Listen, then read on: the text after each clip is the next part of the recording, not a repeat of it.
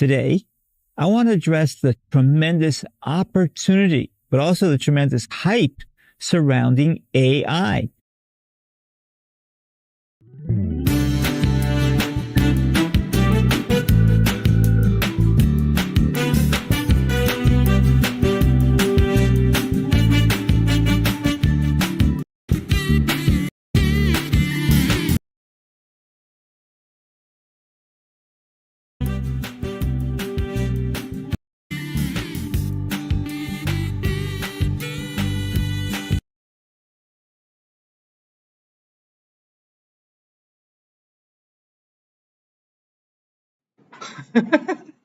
Ring microphone no, ma-off ba?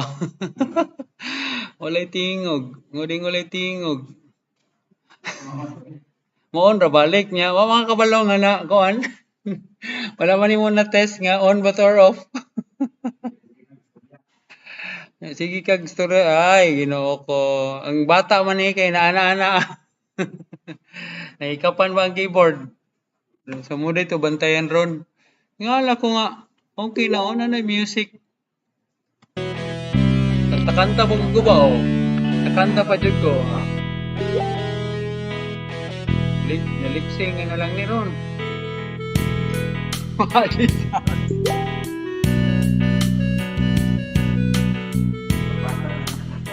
Wala na, paano live ni? Live ni.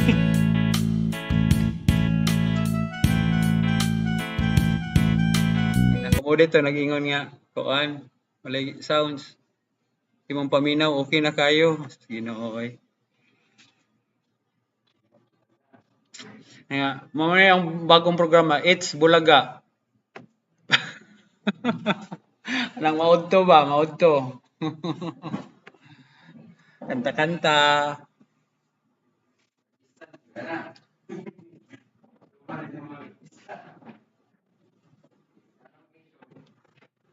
It's Bulaga. Nami itong kuan po no, nang inato ba, interview na mag-away uyab. Bisa kuan. Manawag ka ng... Ako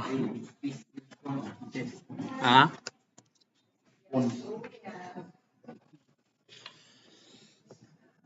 Sa ba ang uyab-uyab, maayo or dili? Imong kanon itong na mga uyab, interviewon. Ang katupong wala po ka experience sa uyab. Interviewon po.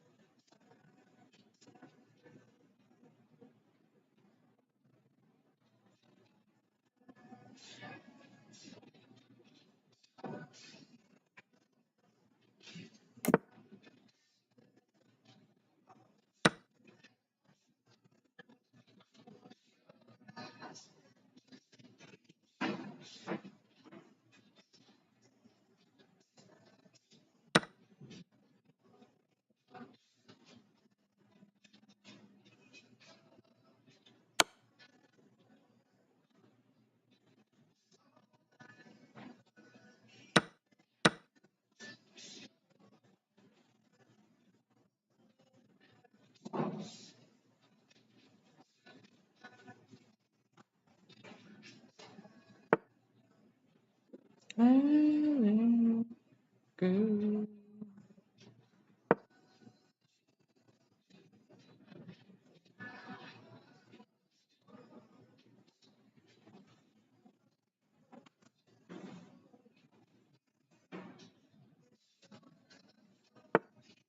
It's real.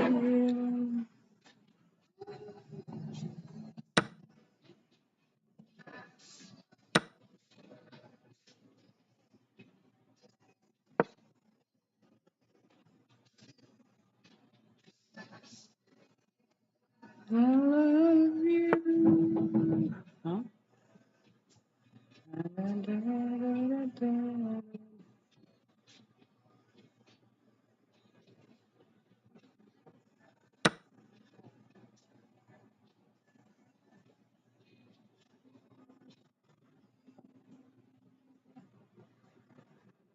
Hala ka. Love you later.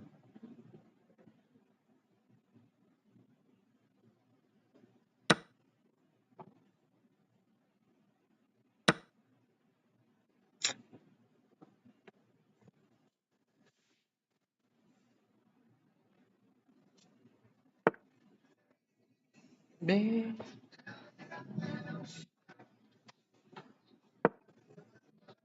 around you, and you fell, even though.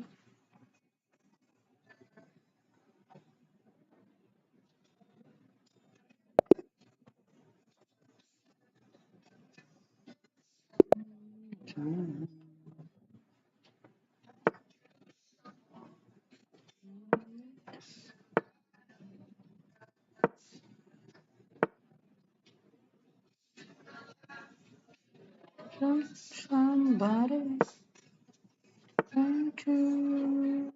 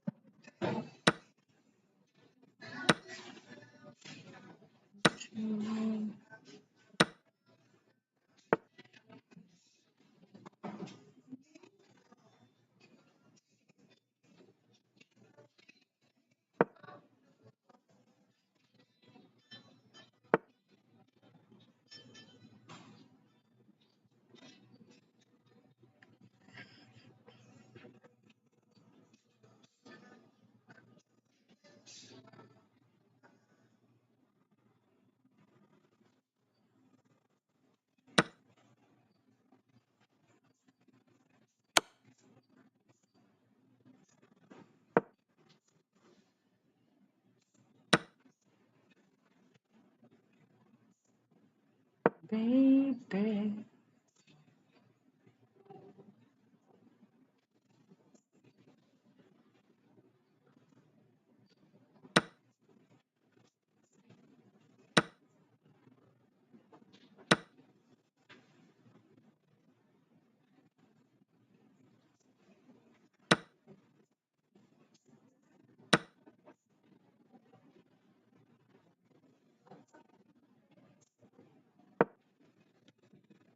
baby.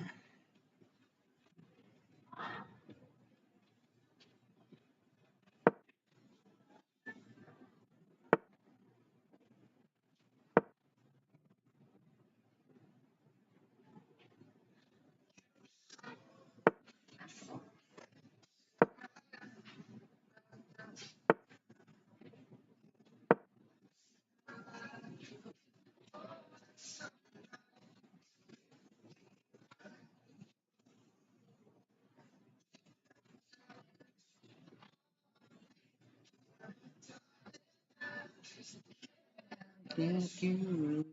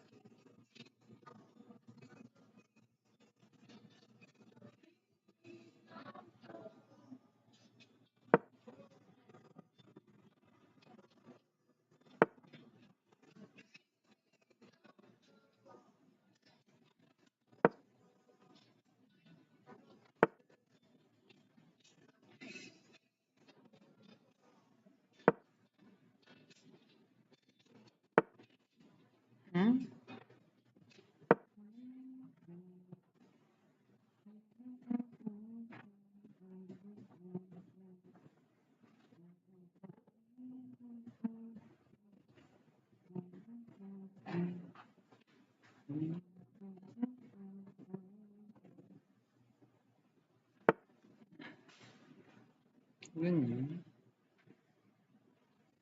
Ikaw.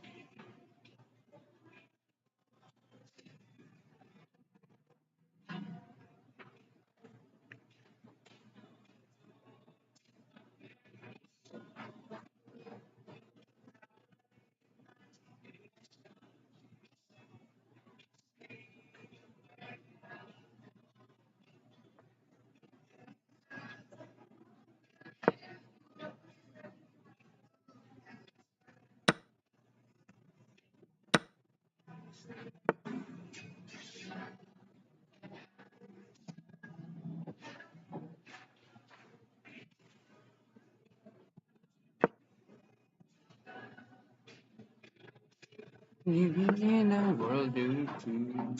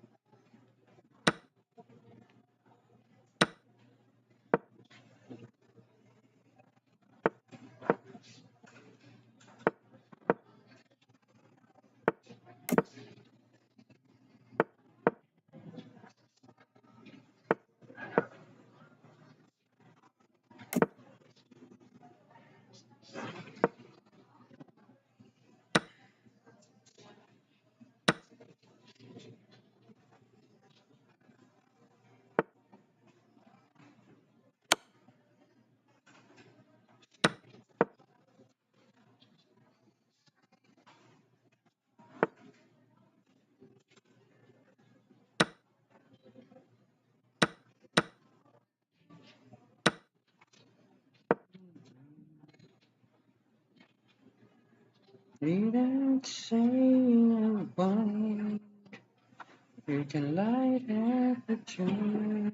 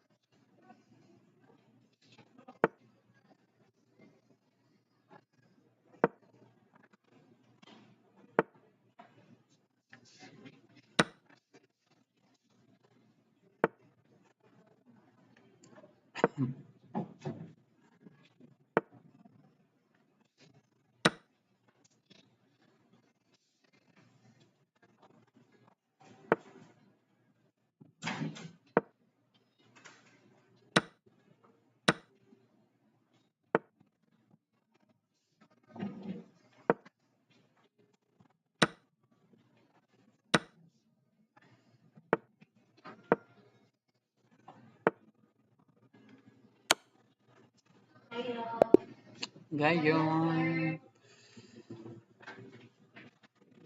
Gayon dyan. Sana dyan. Sana dyan. Para...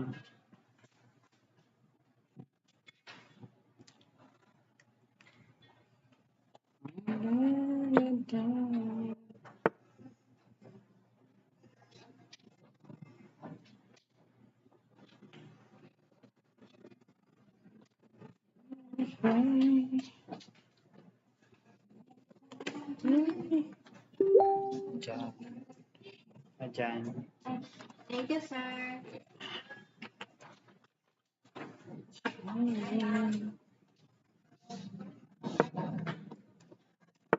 Sunshine.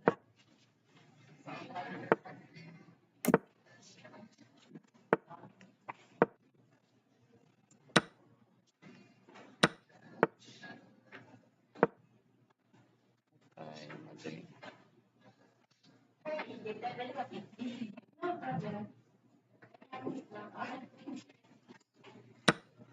Sunshine.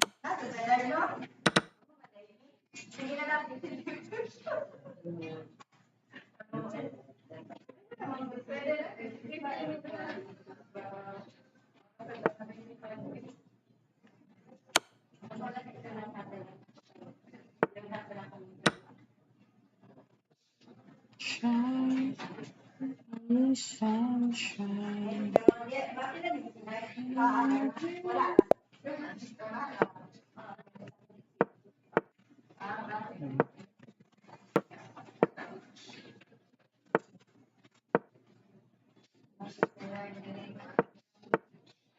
Away.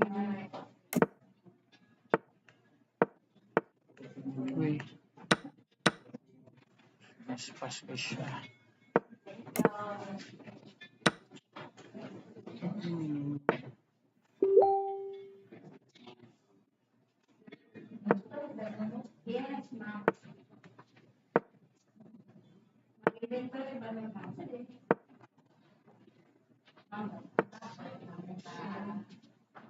Only sunshine.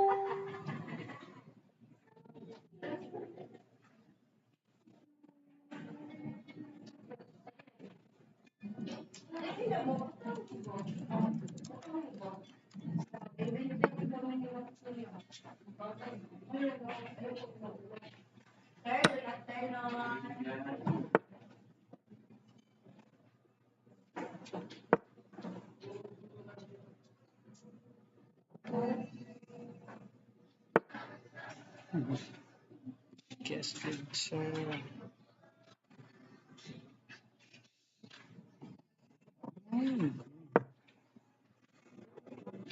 Uy, mali.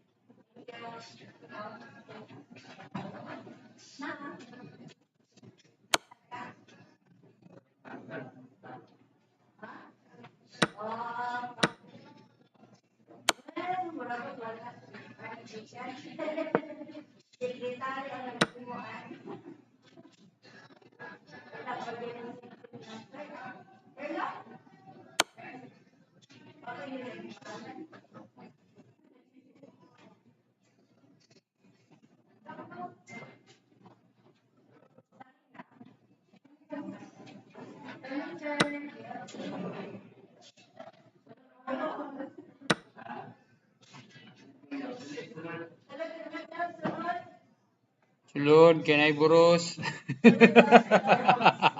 si Jan si Janet ra jud ni oxygen. Halangan ma-filmi.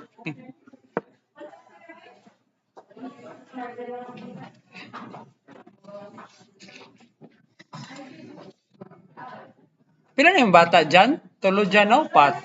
Tulo? Igo na.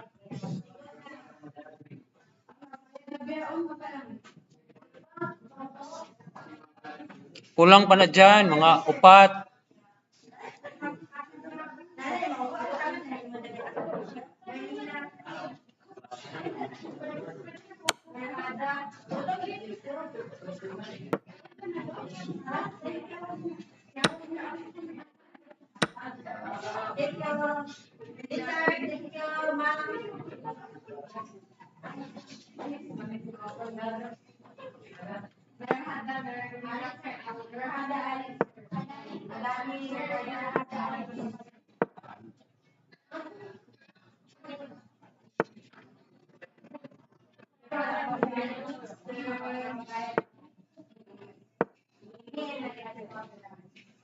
Amik, no?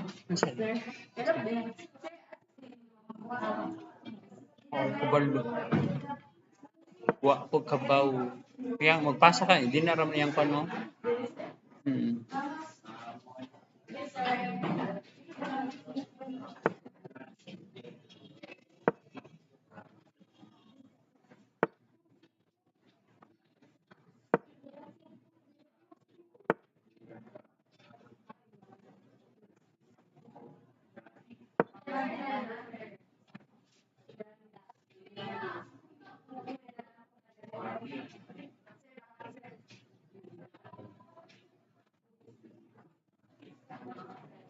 Baki.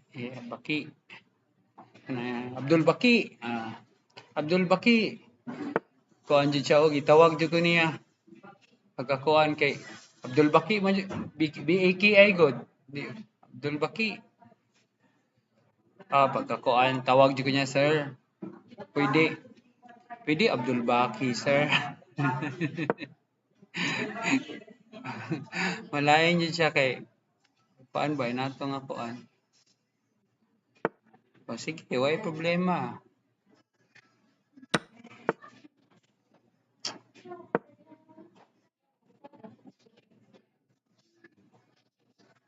Ito, kao ba best friend ni Marvin? Ano siya, business Changi? Si Abdul Baki. Yang friend. Si Marvin, okay nang po. Nagnegosyo nang po si Marvin sa kuan.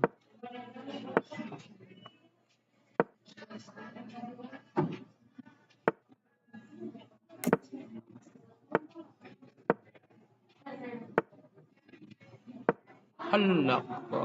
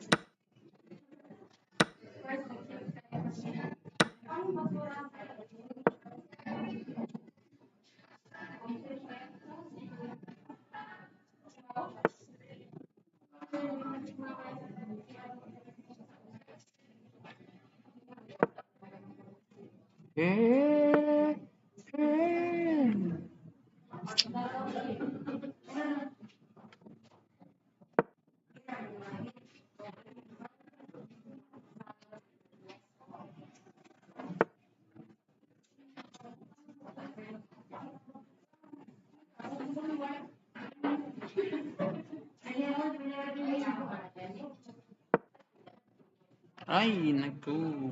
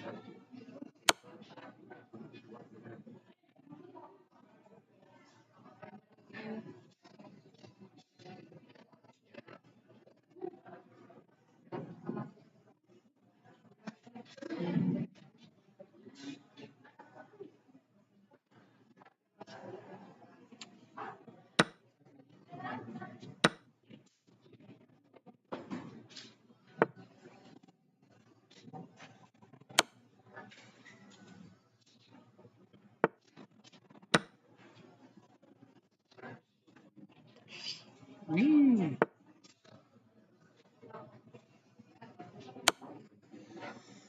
Salamat.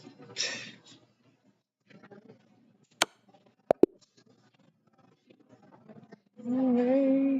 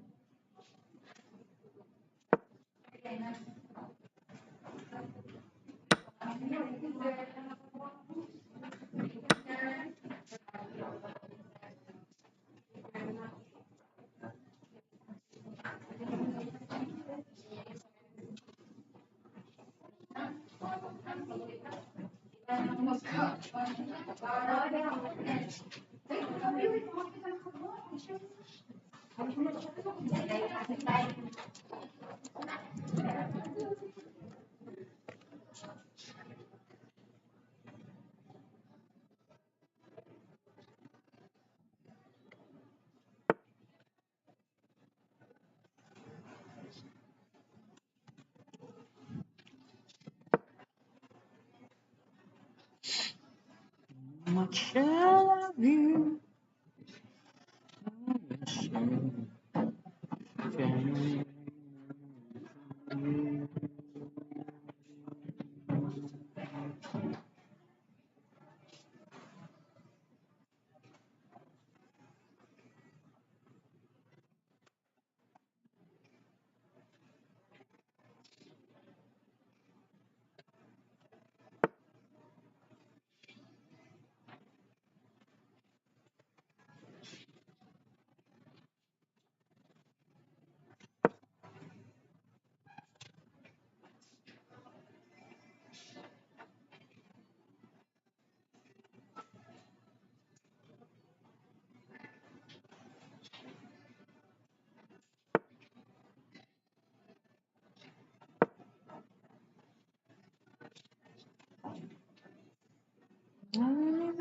how much I love you. Shalom, shalom,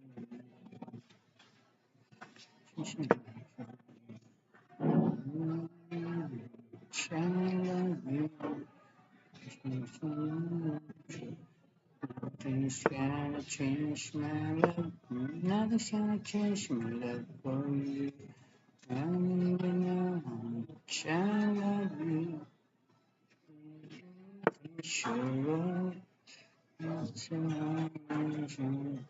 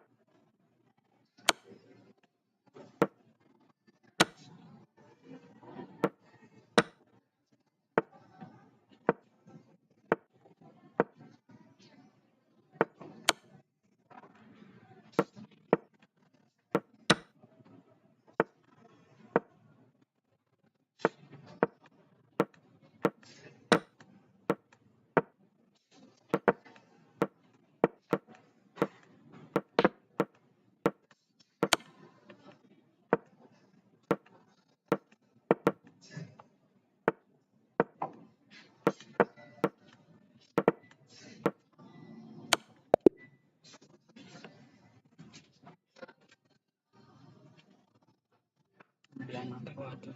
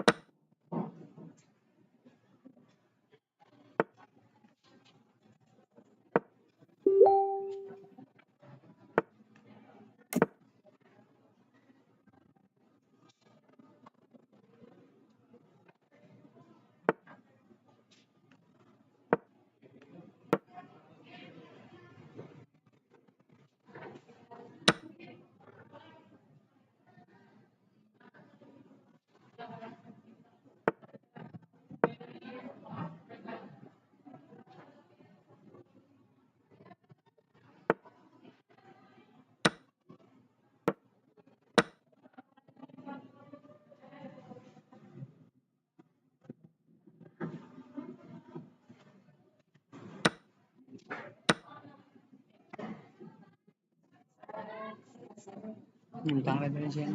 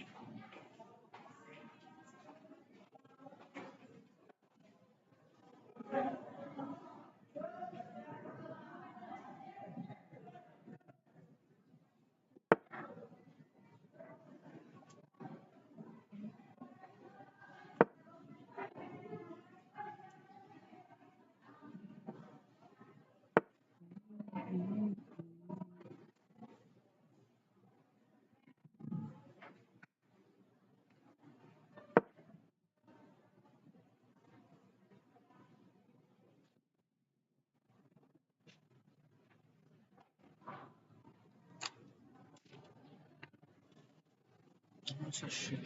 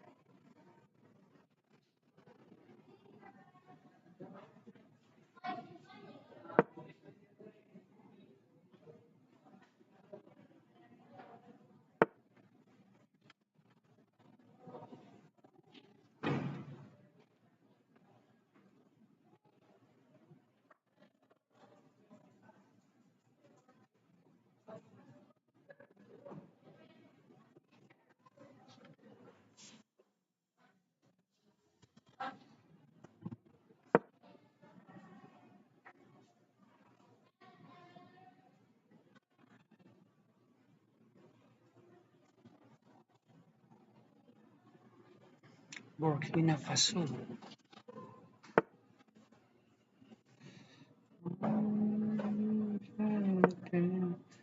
Younger years, that is true.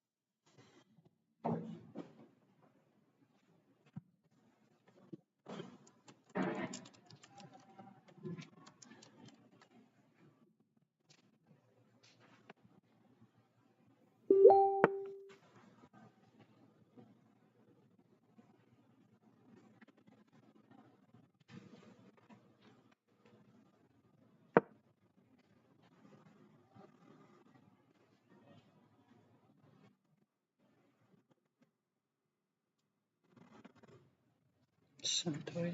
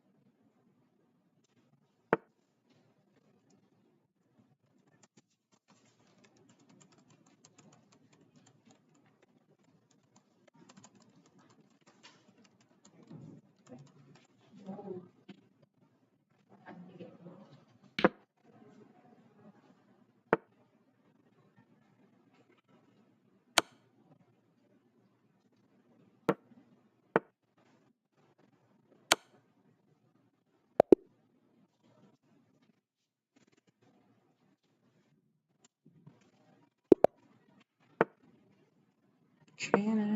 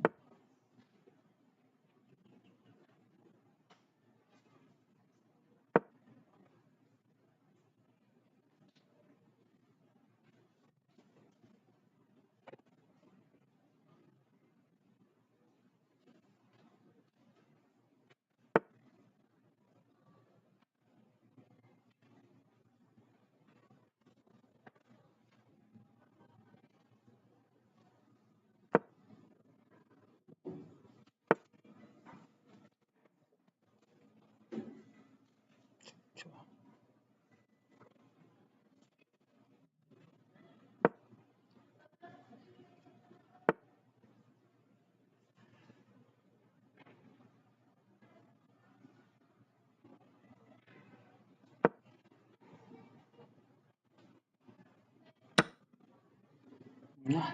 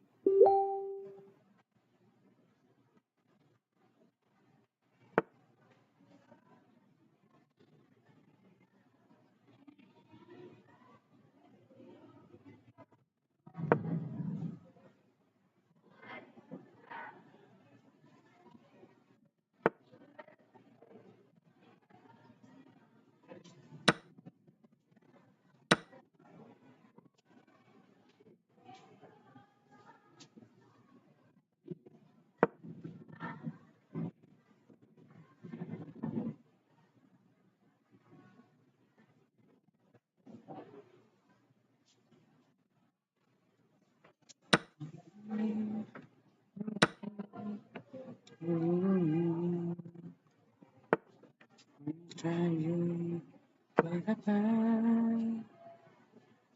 Ang galing-galing mong sumayaw. Mapabuti man ang cha-cha.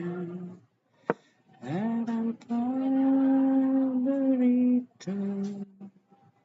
ay ang pagsya ng iyong bimbo. Nakakalihan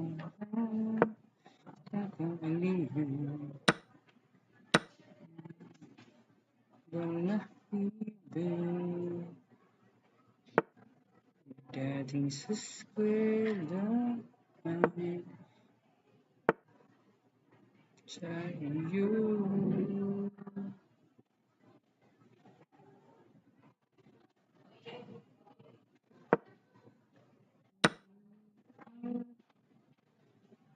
Iyo naghahanap hawakan kamay.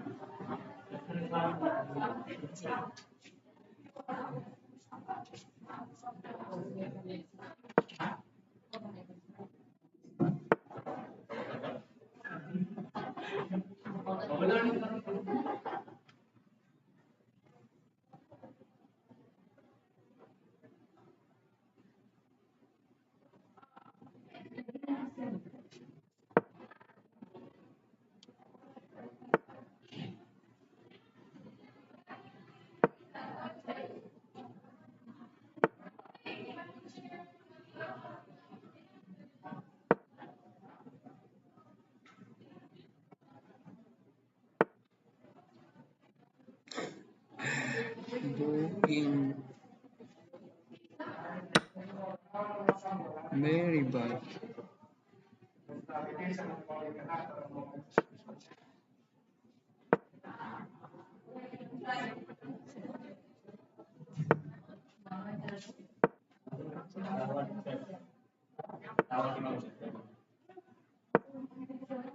Ay Dan, kuha na Dan ba para sa taas na to.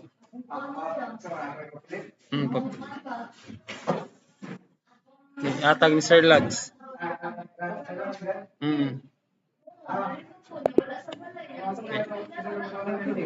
Kuha. Study. Nasa kan ba paun sa siya ma. Naamo na screw mga kuan.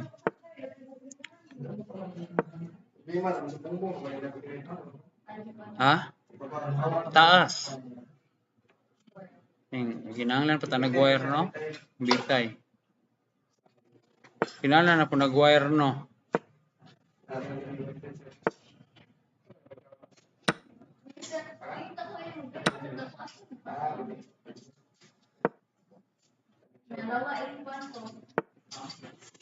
Mo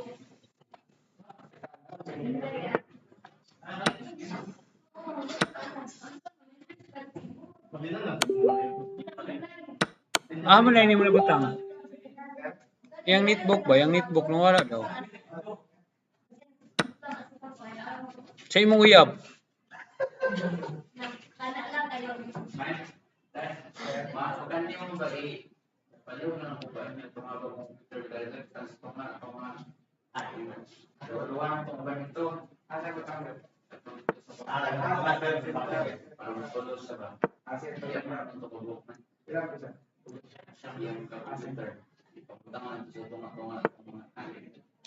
Kaya tag.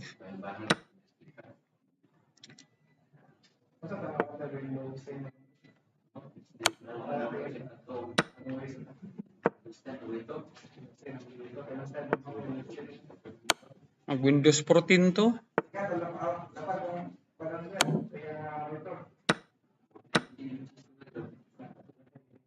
Windows 14 to dan. Windows 14.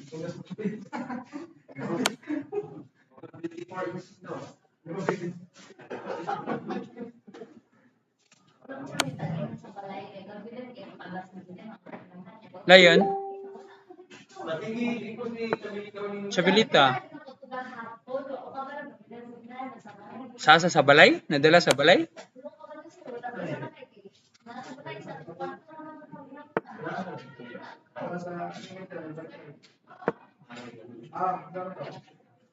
Wala na sa imong uyab. friend. Sa friend ba ni mo friend? Wala na ka na kuyawan. Naala din ano? Mga pangutana ba? Baga ng kuhan.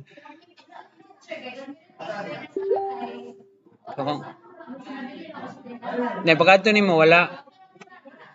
Nag-worry na ka.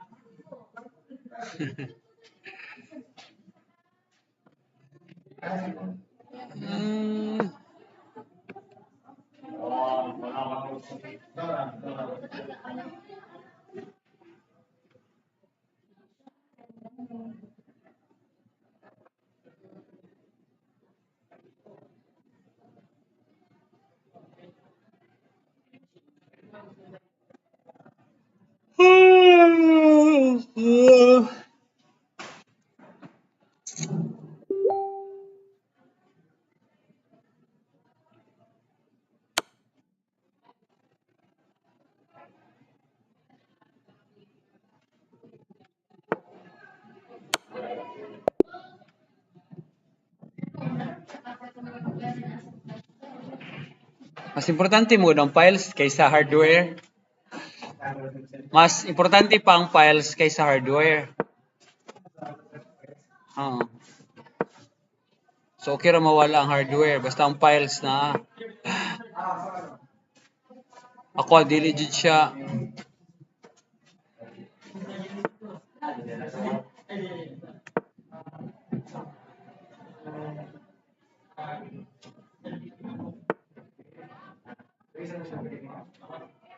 Thanks sa hammer. Where'd you go? Ihatag. Skin.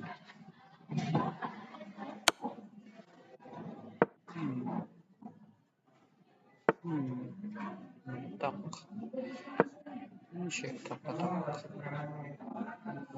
Everybody's looking for that something that makes my life complete.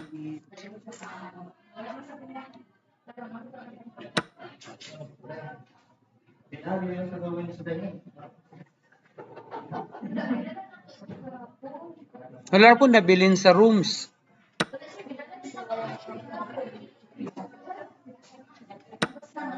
Wala ka percent sure. 90, 100, 60%. Tira 60%. Gamaya kayo. Ano sa nate? Ibahin katong sa eskwelahan dito. Pilit nakatanong man sila o bisag ato nga katubahin sa katahon ba. Asa nga pilit sa. Kisay nang hatag. Magsuna na sir. Ah, Gabi pa ganun. matag. Oh, kisay mo palit-pilit. Pilang kilo ani ron? Oh, kisay mo palit-pilit. 50 lang. Mahal ang kilo ani sa kuan. Pilit, pabelo ang sardinas. Paraffol na ako ni sa mga estudyante. Ha? Bakul tira. Wala, lanto mo sa YouTube channel. Subscribe. No, after 1 week, ati paraffol ni. After 1 week.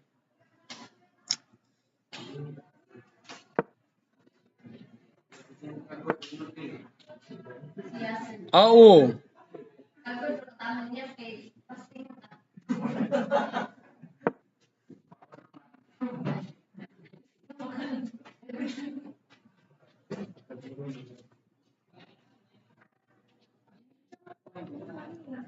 Ay, lami ba kayo ang video kay sa kuan?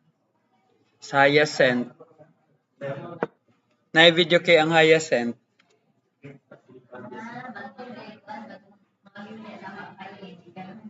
Pero at least di na kay siya maabot sa kuan, di na siya maabot sa balay. Sa diya, grabe kay kusugoy. Gahatag kog tok na yung sulti-sulti kay kuan, di abot sa balay. Kaulaw kaayo. Oh, saan man ni Imron.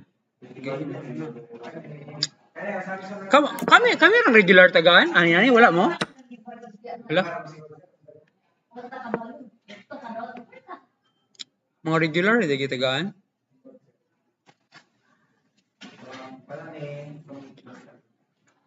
Ano ba instruction?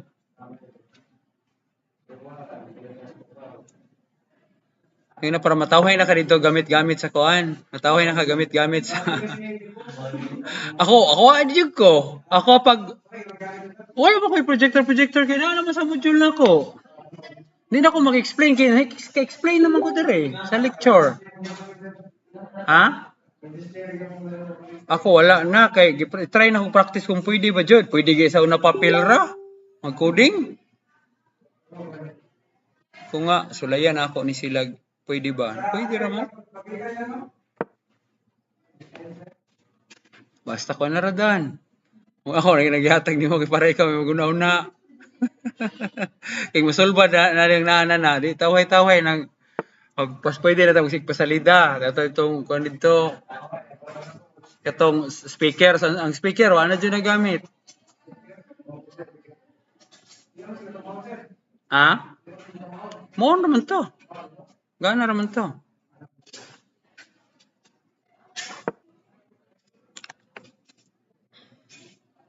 Hello? Okay ra.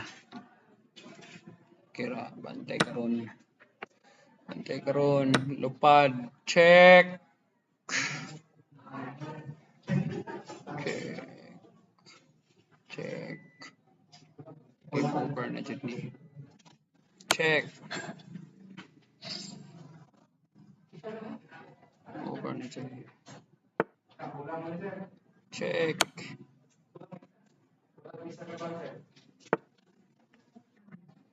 Check.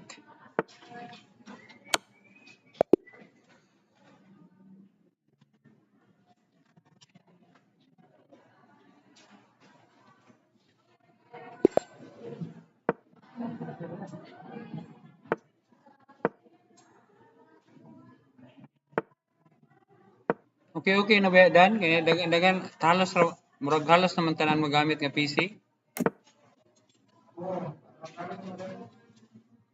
Bibo na kay sila magkuan, practice exam na ko nila katong kuan gahapon.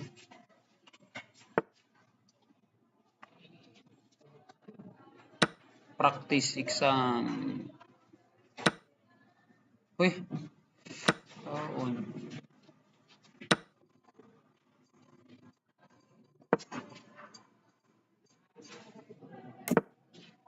Yo, pato.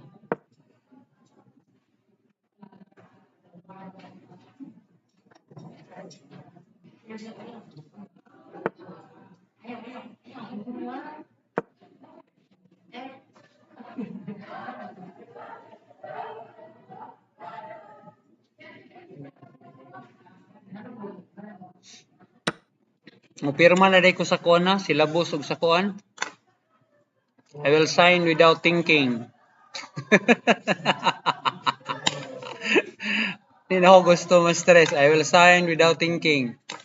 Di ba pa-signan pa ninyo ni Ma'am Jen? Ito ni kato ni Ma'am Gemma, no? Katong naipapil ba ang gihatag ninyo nga? Gaprinta ko nga kada subject na ipa-signan ba? Ma'am Gemma, sila boss.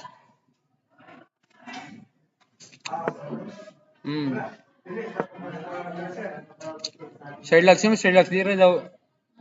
diri ra daw taman. Sherlock.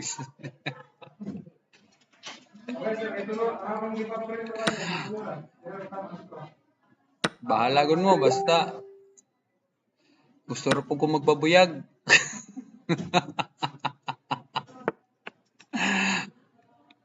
Eh, nga mali, di.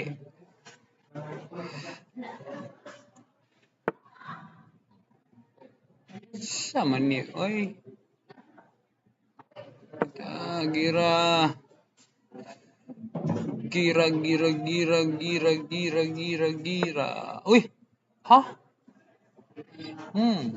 Nice niya. Check.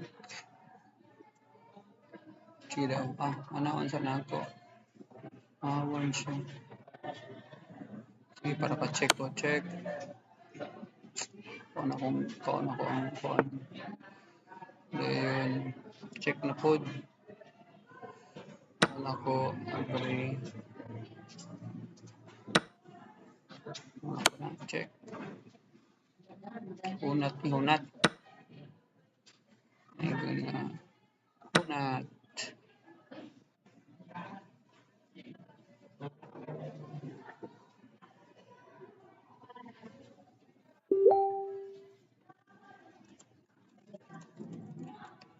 Can we be friends?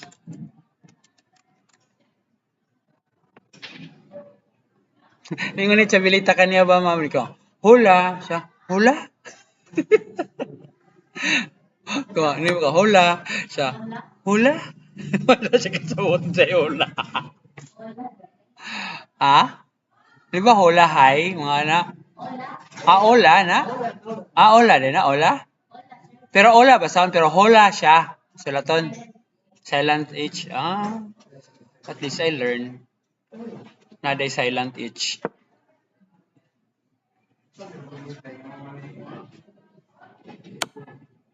Allah!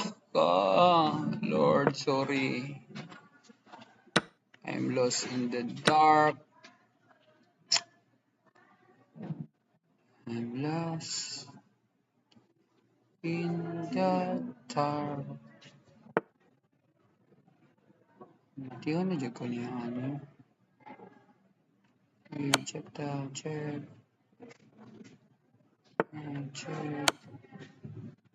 Nabla taanim, nabla. Uy. Kulang? Ikaw lang, yun na natin Sir Lags.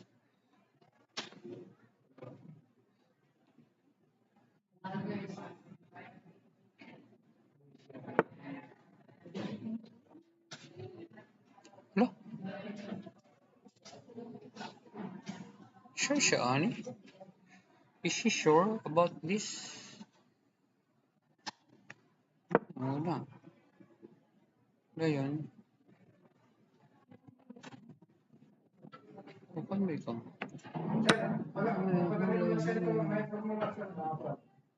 Ha? Sa? Wala to, nasend naman ka rin. Nasend mo na kita? Wala?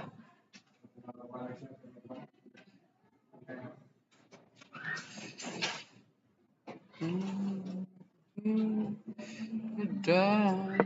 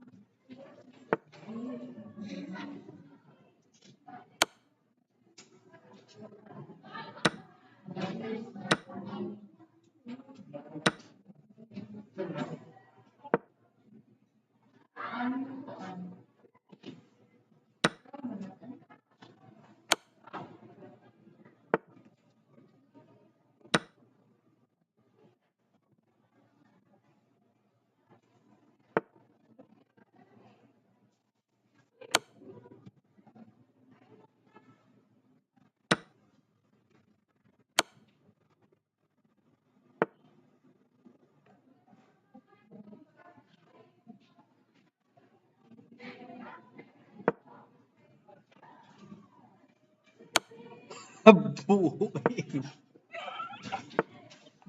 Buing ba? Ano man to? Di klaro.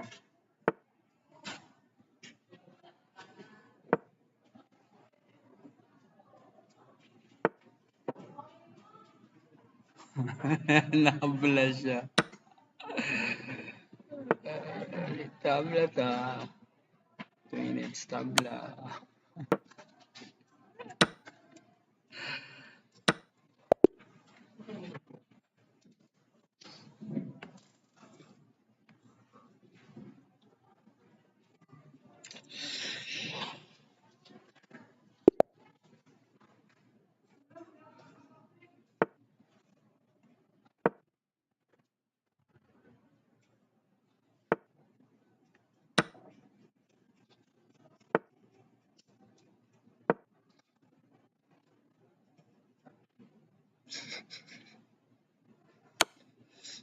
Tawa ba?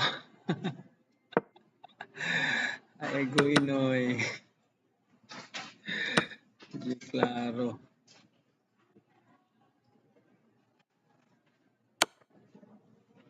Na.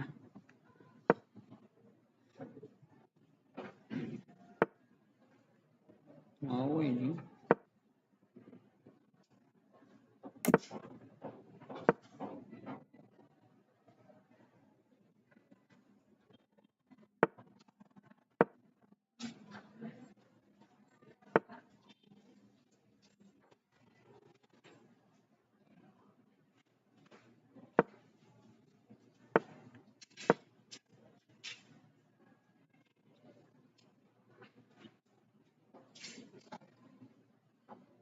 Baby.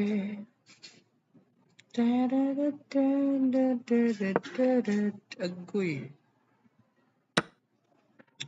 Yun siya man to. Very bad kay ko, very bad. So very bad, very bad, very bad. Very bad. Baby. Uy. Without thinking.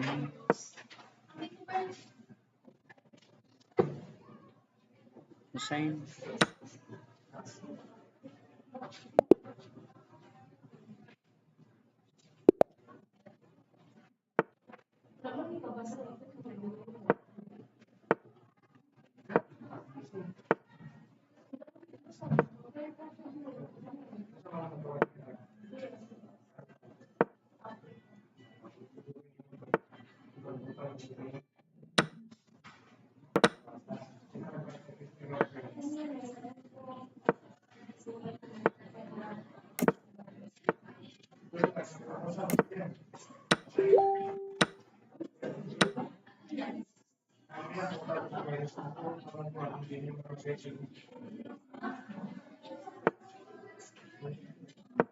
Agoy na po.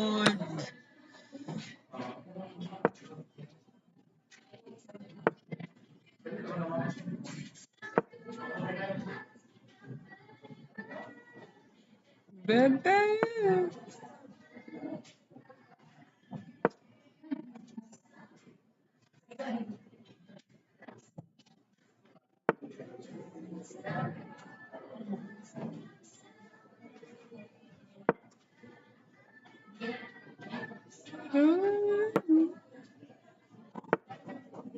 Huh?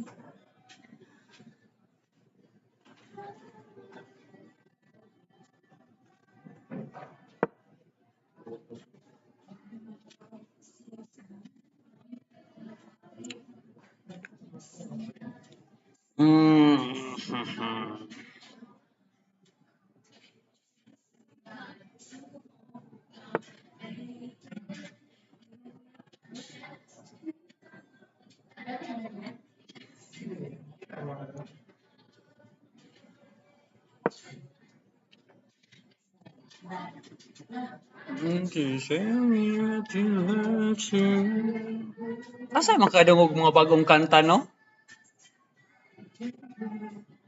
Dugay-dugay na ko kadungog. Dugay-dugay na ko kadungog bagong kanta. Nah.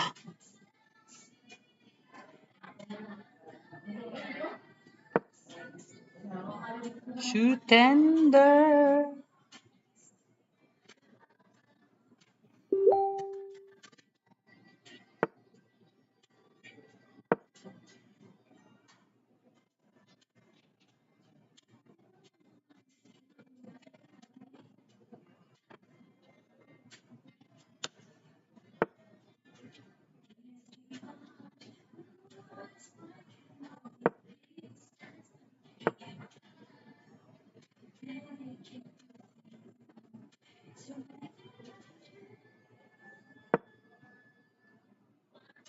Tell me I should love you like me, even.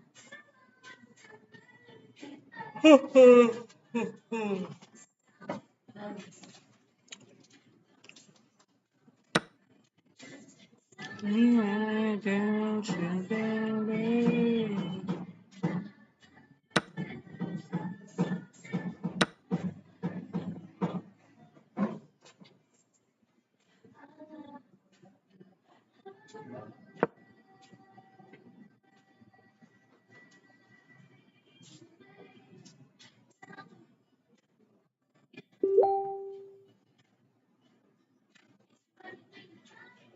Pila edad ka ato ni Sir Alhaba? Pila ka edad ato ni Haba? Kaila ka ni Alhaba, Ma'am Cloud? Sir Haba ba?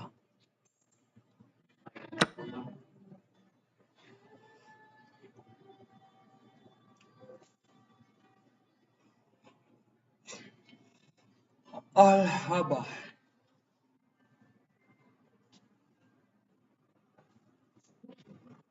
Kaila ka dan? Alhaba dan? Ni Alhaba? Kaila?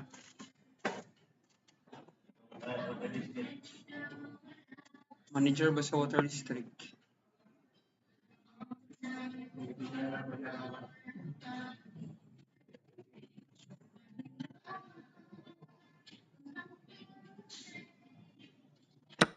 Murag mali. Only for you.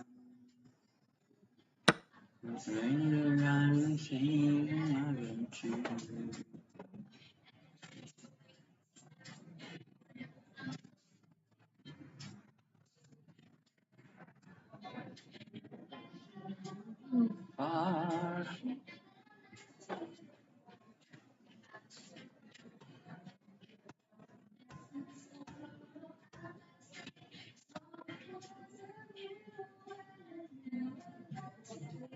together, together, together.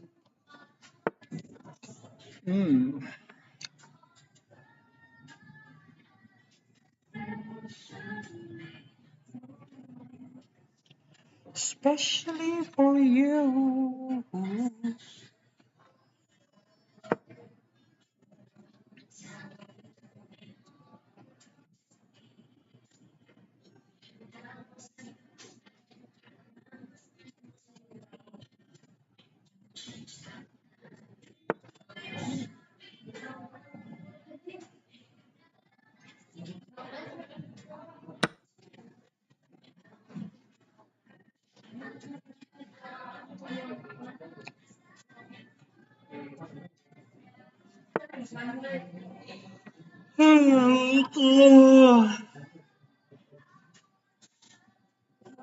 Sige daw.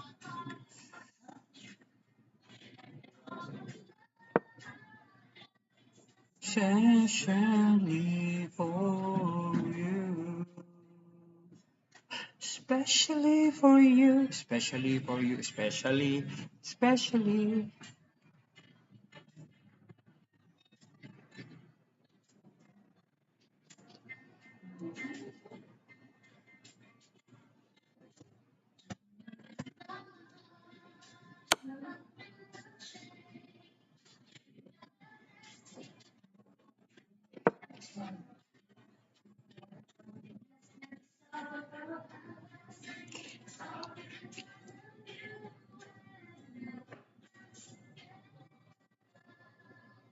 Forever.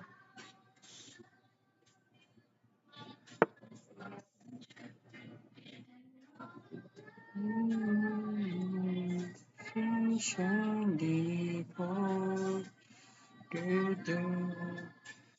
you.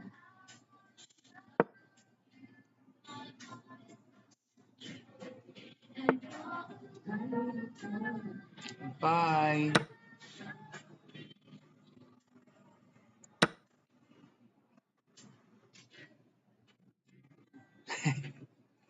Booing.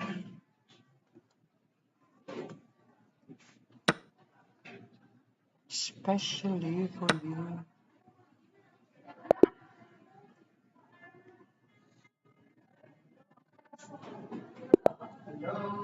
Hi.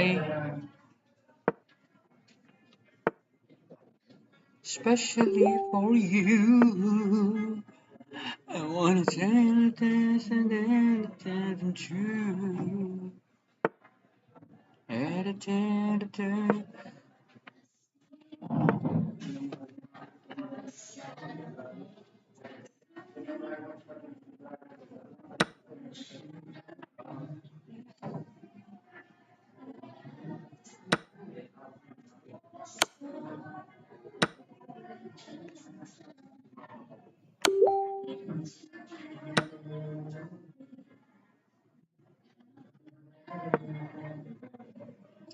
You go.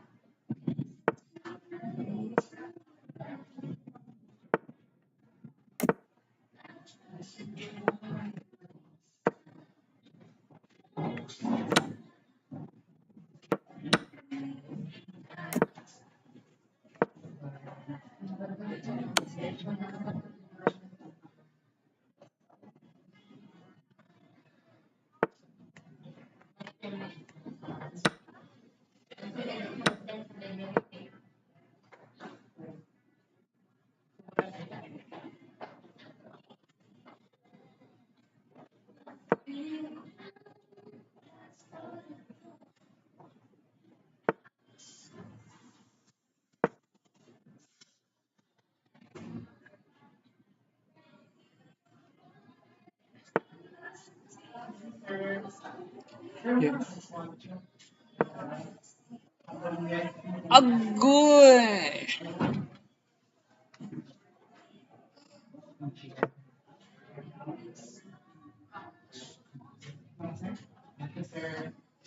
Excuse me, sir. You're not excused.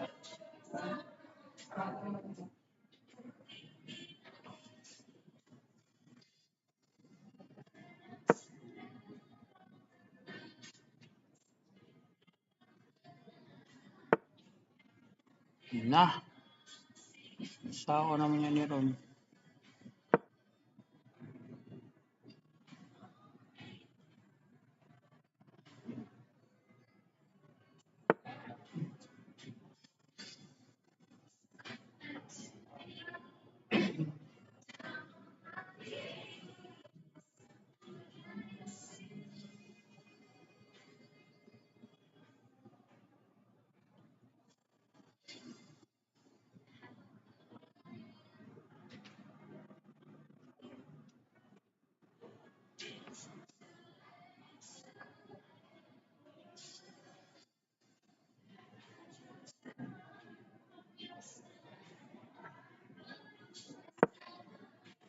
Nah. It's me of you.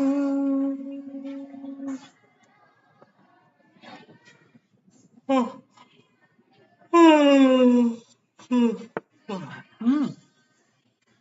Tapos in.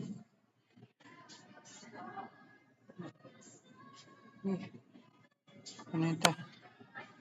Ano ito? Danay.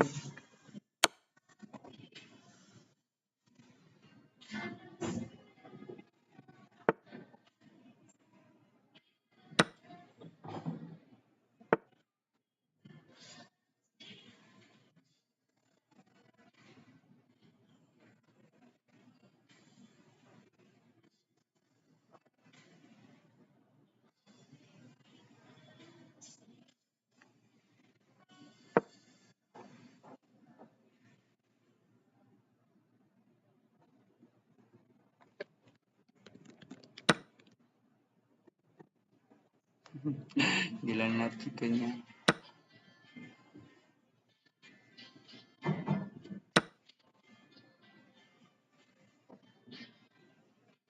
Girl, da da da da, da da da da da, da da da da da da. Da da da da da da, da da da da da, da da da da.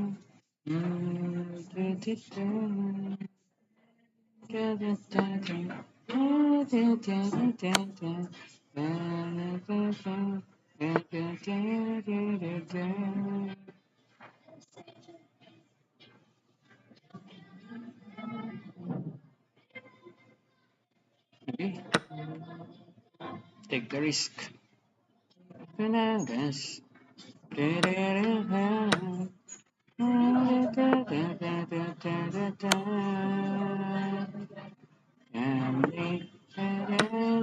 Family together,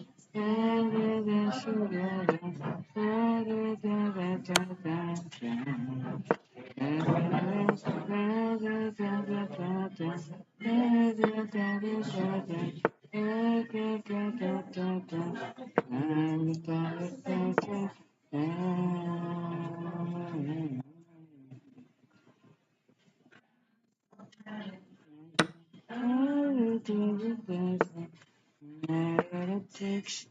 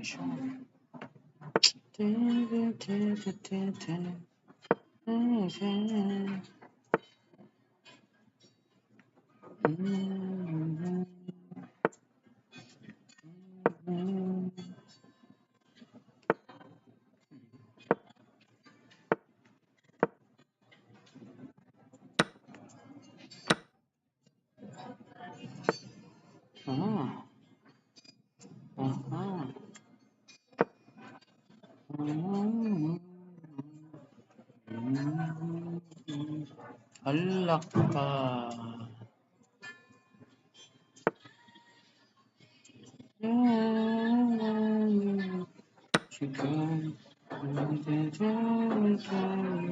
You shall every other now. Now, baby. Oh, oh. You shall.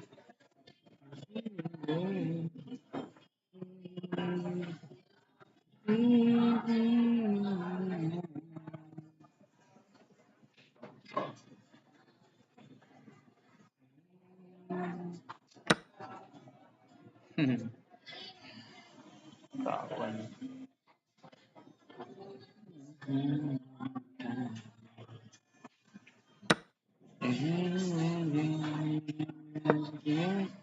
Tonight, time.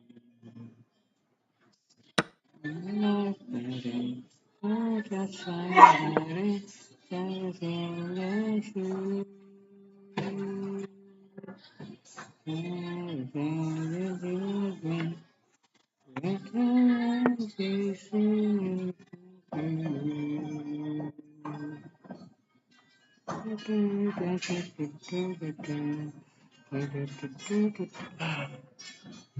Winless, winless.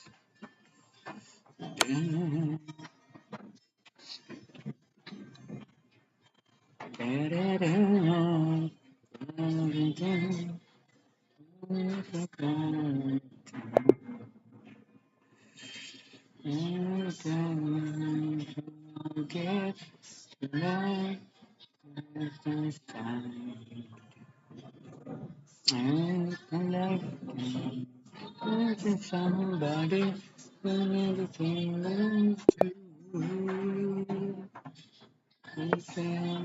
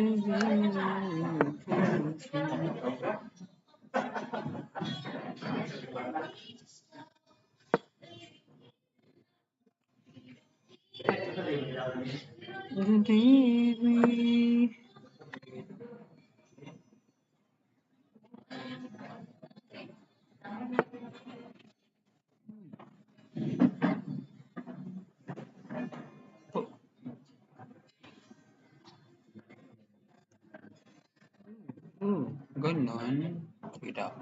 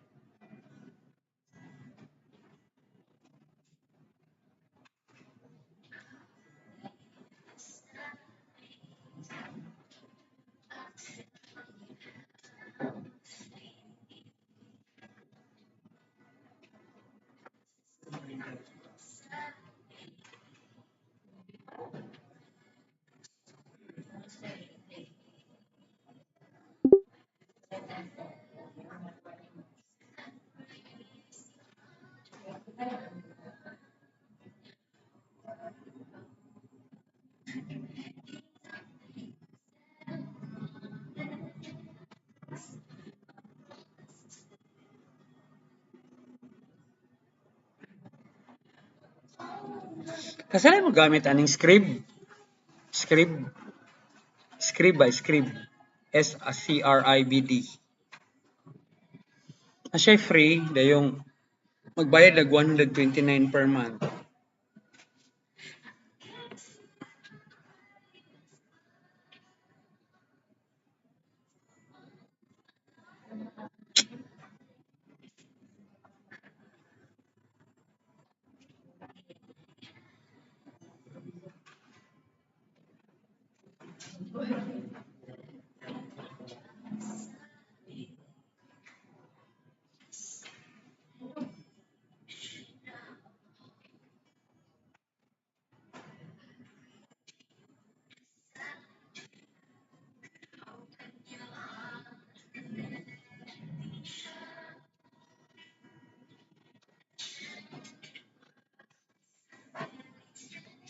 Siya mga free nga mga PowerPoint presentation dan ba?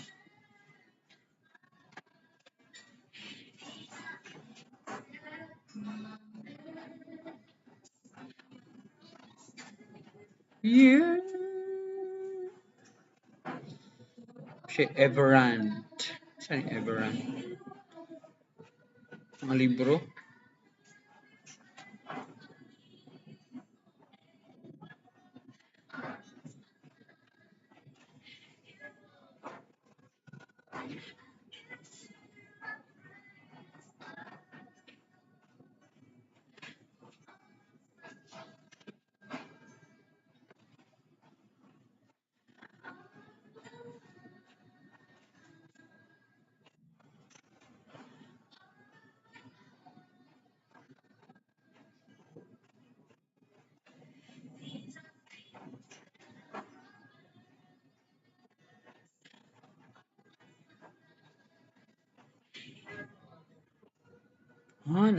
The richest man in Babylon.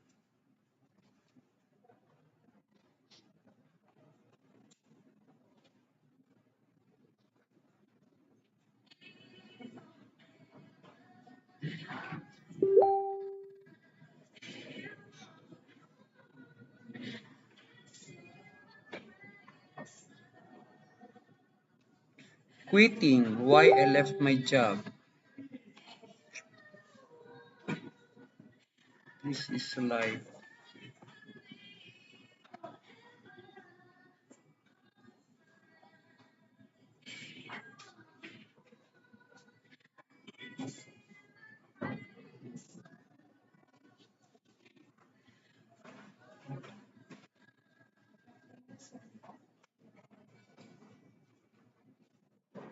Scribd Originals presents Quitting, Why I Left My Job to Live a Life of Freedom by Keith Boykin. Read for you by Keith Boykin. Quit. Adjective. Definition of quit. Merriam-Webster. Released from obligation, charge, or penalty. Especially. Chapter 1. Quitting. I was 26 years old with an Ivy League undergraduate degree, a brand new JD from Harvard Law School, and a lucrative job as a lawyer for a prominent law firm in San Francisco. Then I got a call that changed my life. I took a leave of absence from my new job on the West Coast, drove halfway across the country, and moved into the Plantation House Apartments in Little Rock, Arkansas. It was the beginning of an unexpected adventure on the staff of Arkansas Governor Bill Clinton's first chaotic presidential campaign. 6 months later, I found myself working in the White House. It was a wonderful opportunity for a young person interested in politics. I was in the prime of my life, at the top of my career, working in a dream job as a special assistant to the president. Then, I gave it all up. I quit. And I decided to do something else with my life instead.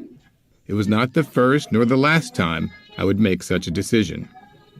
In the years since I left that job, I've published 5 books, taught at several colleges, co-founded a national civil rights organization, starred on a reality TV show, co-hosted my own television show, and served as a TV commentator.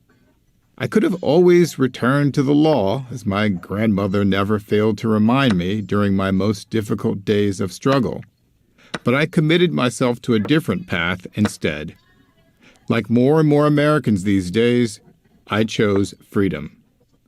In the past few years, through the depths of the COVID-19 pandemic that began in 2020, many others chose a similar path. A record 47 million Americans quit their jobs in 2021. Seeking a new way to earn a living. The majority of the quitters wanted better pay and more opportunities for advancement, according to a 2022 Pew Research Center poll. Many told the pollsters that they felt disrespected at work, and a significant number expressed concerns about child care issues, lack of benefits, and inflexible work schedules. Others wanted to work for themselves, work at home, move to new cities, or change to more rewarding careers. The bottom line is that millions of people were not happy with their jobs. We've been moving in this direction for many years in America. The music I listened to in the late 1970s and early 80s warned me about the drudgery of work, just as I was becoming old enough to start my first job flipping burgers at McDonald's. In 1977, recording artist Johnny Paycheck hit #1 on the country music charts with his song, Take This Job and Shove It. In 1980, Dolly Parton released her hit song 9 to 5 for a film about the struggles of underpaid working women toiling for an ungrateful boss. And in 1983, disco star Donna Summer recorded She Works Hard for the Money, about a woman in a thankless job. Nearly 4 decades later, when a record number of Americans finally quit their jobs in 2020, I was not at all surprised. It became known as the Great Resignation, as many Americans grappled with poor working conditions, inadequate compensation, physical and mental health issues, and changes in technology. They went searching for something new. Businesses and industries that lost employees were forced to catch up as workers gained increased bargaining power to set new terms for their labor. Some observers describe the move as the Great Reshuffle, the Great Renegotiation, or the Great Rethink. Others responded by rebranding the shift as the Great Recognition and sought to create a new culture of appreciation in the workplace. Whatever you want to call it, people across the country started waking up to the reality that they did not have to continue living their lives on the country's pre-planned treadmills, running in place at dead-end jobs for years. More importantly, many people realized that they could redesign their lives, their careers, their schedules, their location, their commute, their travel, their family, their relationships in new ways that work for them. They quit things they didn't like and started doing new things that they do like. I would know. I've done it several times. I've left many prestigious spaces and places over the years to pursue more meaningful objectives in my life. I quit a law review journal at Harvard to give myself time to explore my identity. I quit my high-paying law firm job to work on a low-wage presidential campaign. I quit the White House to write a book. I quit publishing a popular blog to get back to my life. I quit the civil rights organization I had co-founded to change my career focus. I quit living in New York in the winter to buy a condo in Miami. Then I quit Miami to return to New York. And in 2022, I quit New York again to move to Los Angeles. As I discovered, there is no single path on this adventure. It's all about finding what works for each of us and being flexible and free enough to change along the way. Quitting, at least for me, has been a journey. When I first started writing this book, I thought I could dig into my past and find some magical moment in time when it all clicked. But as I began to reflect on my life, I realized there was no one single moment of revelation. Instead, I remembered a series of fits and starts at various stages in time when I decided to quit the unhealthy aspects of my work life and then returned on some level to the same place where I began. Some of these stories are embarrassing to share and difficult to retell, but I found the experience of reconsidering the past to be cathartic. I think it's healthy for those of us who are long-term self-employed to be honest and reflective about the difficulties we faced along the way. To do otherwise is to mislead the public about the very real challenges of living a life of freedom. One of the unexpected lessons I learned while writing this book is that quitting is not just for the privileged or the adventurous. Yes, relinquishing your full-time job to be self-employed is not a course of action I recommend for everyone, and certainly not for those who aren't ready. But quitting, as I have learned to redefine it, is for anyone. That's because many of us need to learn how to quit. It doesn't necessarily mean quitting our jobs. It can also mean quitting the unhealthy work habits that don't contribute to our happiness and freedom. We can quit spending so much time at work. We can quit thinking that work will bring us happiness. We can quit feeling the need to demonstrate our loyalty to our employers. We can quit defining ourselves by our work. We can quit thinking we have to live this way. And we can quit acting like there's nothing we can do to change our work-centric American way of life. I remember a time in college when I lived abroad as a foreign exchange student in Granada, Spain. And each day, the entire city seemed to shut down in the afternoon for siesta. Almost every day during the school break, my American classmates and I would wander off to one of the few places that were open. A local bar called La Gamba Alegre, the happy shrimp in Spanish. We would eat spicy tapas and try out new drinks served by our favorite bartender, Manolo. As an American who had been programmed by capitalism to believe that efficiency is the most important virtue in business, I could not understand how and why the entire city could shut down every day for siesta. It seems unprofessional, I thought. Then one day, as I sipped on a Cuba Libre cocktail, I asked Manolo about it, and he shared a proverb that I'd never heard before, but have since heard many times. Americans live to work, he explained, while Spaniards work to live. Manolo was generalizing with his popular adage about Americans, but he did make a valuable point that forced me to reconsider my own biases.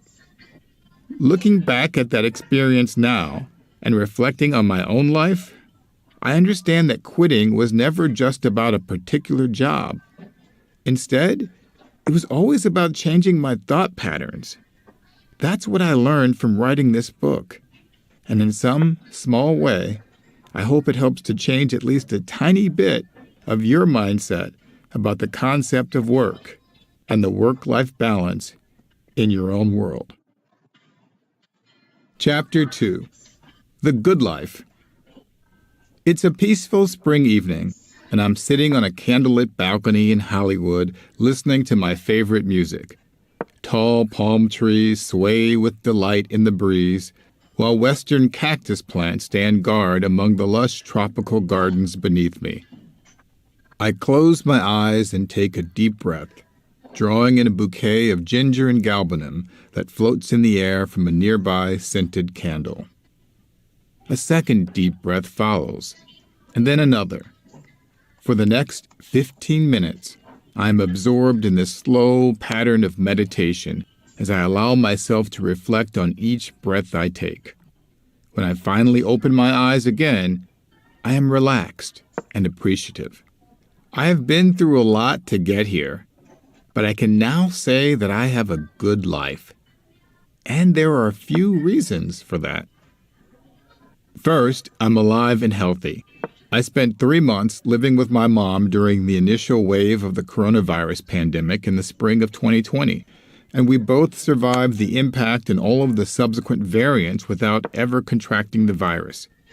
I'm in my mid-50s, not on any medication, never spent a night in a hospital, never had surgery, and have never broken a bone in my body, knock on wood. That's a blessing. Second, I've created my own supportive family. My mother was an orphan raised in a foster home, and the identity of my biological father eluded me for half a century. So I learned throughout my life to redefine my own sense of family. Last year, I was able to take one of my godsons on a trip from Florida to Las Vegas for his 30th birthday. My other godson took me out to dinner when I visited him in Northern California. After 3 decades, we've become so close that I've evolved from calling them my godsons to my sons. Third, I have the freedom to travel. After I got my first 2 COVID vaccine shots in the spring of 2021, I dusted off my passport and spent 3 exciting weeks in Colombia, a week in Mexico, and a week in Spain. Then, when I moved to California in 2022, I spent 4 months crisscrossing the country between my apartment in Hollywood and my other home in New York, where I was teaching a class at City College. Fourth, I get to do meaningful things that make a difference in people's lives. During the course of my career, I've worked on 5 political campaigns, taught at 3 colleges, run 2 nonprofits, spoken at more than 100 universities, written for the New York Times and the Washington Post, co-hosted a show on BET networks, starred in a reality TV show about politics, and mentored young people. Fifth, I get to do interesting things I never imagined I would do when I was younger. In the past year, I published my 5th full-length book, traveled the country on a book tour, modeled for a Ralph Lauren campaign, appeared on, did a photo shoot for a fashion magazine, was interviewed on TMZ, and even tried out a trendy new hair unit for a few months. And finally, I get to live wherever I want. A few months ago, I fled New York City in the dead of winter and relocated to a comfortable apartment in Hollywood. On any given day, you might find me stretching in the yoga studio, lifting weights in the gym, sitting in the sauna, swimming in the pool, relaxing in the hot tub, or strolling along the shaded landscape grounds of the sprawling apartment campus. Outside of the complex, I found myself hiking in the mountains, running on the streets, enjoying plays in the theater, attending a fashion show, watching fireworks from the balcony of a downtown Super Bowl party, practicing my golf swing, and stuffing my face in a luxury box at a Clippers game. Even before I made the move to LA, I had already lived in a dozen cities across the country, spent a semester studying abroad in college, and bought and sold a condo in the heart of Miami's South Beach. In the past few decades, I've been fortunate to find myself associated with some of the most prestigious institutions in America: college at Dartmouth, law school at Harvard, special assistant to the president in the White House, adjunct professor at Columbia University, and TV commentator for CNN, MSNBC, and CNBC. Despite my resume, I must be brutally honest. It has not been an easy life or a perfect one by any means. Certainly, it has not been a bad life either, especially for a black guy who was born in a racially segregated hospital in the 1960s into what was considered a broken family. There was never a straight path to where I am today. There rarely is when we are engaged in making ourselves from scratch, as writer Joseph Beam put it years ago. I can attest to that with stories of the numerous peaks and valleys on my own journey. I can't say I wouldn't do anything differently if I had the chance to try again, because I probably would. What I do know is that each of my experiences, my successes, and my failures helped to shape the person I am now. Here's the truth. Although I must acknowledge that my educational background and career accomplishments afforded me the privilege to seize opportunities not available to everyone, the reason that I think my life is good is not because of anything I have accomplished in my career or because of anything I have in my possession. In fact, I know many friends and colleagues who have far more valuable possessions and prestigious accomplishments than I do. Rather, I have a good life because I've chosen to embrace one intangible thing: freedom. You see, one of the best things about my life is that I do not have a full-time job. Years ago, back in the 1990s, I quit what would be my last 9-to-5 job. Since then, I have never been employed full-time. And after nearly a quarter century without a day job, through all the ups and downs, the success and the struggles, I've never regretted it. My story is about that journey. It's about the benefits and the consequences of quitting, leaving my job to live a life with freedom. Chapter 3. Jumping off the treadmill. The first time I saw the Oval Office in person, I stood in awe behind the velvet rope that blocked me from entering the sacred room of American democracy. A Secret Service agent stood nearby to guard the room. It was January 20th, 1993, and I had just received an employee pass that allowed me to move freely throughout the West Wing of the White House. "Have you seen the Oval yet?" a colleague asked. I had not, but her question intrigued me, and I set off to explore the sprawling campus of the Executive Office of the President. As I roamed around the main floor of the West Wing, I pretended that I knew where I was going, fully expecting that some authority might stop me at any moment. No one did. Then, out of the corner of my eye, I spotted a large open door and recognized a desk and a familiar oval-shaped rug with the seal of the President of the United States. I approached tentatively, anticipating that the agent standing by the doorway would likely step in to block my view. He did not. So I stood alone in the doorway, and all I could do was stare. Working in the White House was the culmination of an early life dream. I volunteered for a Democratic congressional campaign in Florida in 1982 while I was still a high school student. My candidate lost. I volunteered for Walter Mondale when he ran for president in 1984, and he lost. I volunteered for Julian Bond's campaign when he ran for Congress in Georgia in 1986, and he lost too. I worked for Michael Dukakis when he ran for president in 1988, and he also lost. I even helped a license collector candidate in St. Louis in 1989, and she lost as well. Then I got a call to work on Bill Clinton's presidential campaign in 1992. I had just graduated from law school and was studying for the bar exam in California. I wasn't ready to quit my lucrative new law firm job at the time, but I did not want to miss the chance to work on a potentially successful campaign either. So I took a leave of absence from the firm for 5 months and moved from San Francisco to Little Rock. When Clinton was elected president in November 1992, I finally saw a path to get myself out of the practice of law and into a career in politics. I applied for a job in the new administration and landed a position as a special assistant to the president and the director of news analysis. I got a title that made me a commissioned officer in the White House, with a huge office overlooking the West Wing, along with a small staff, a team of interns, and a blue hard pass that enabled me to travel all around the White House grounds, from the West Wing to the executive residence to the East Wing to the Treasury Department. I saw the president nearly every week at events and news conferences. I met with him in the Oval Office several times. I attended every daily White House press briefing.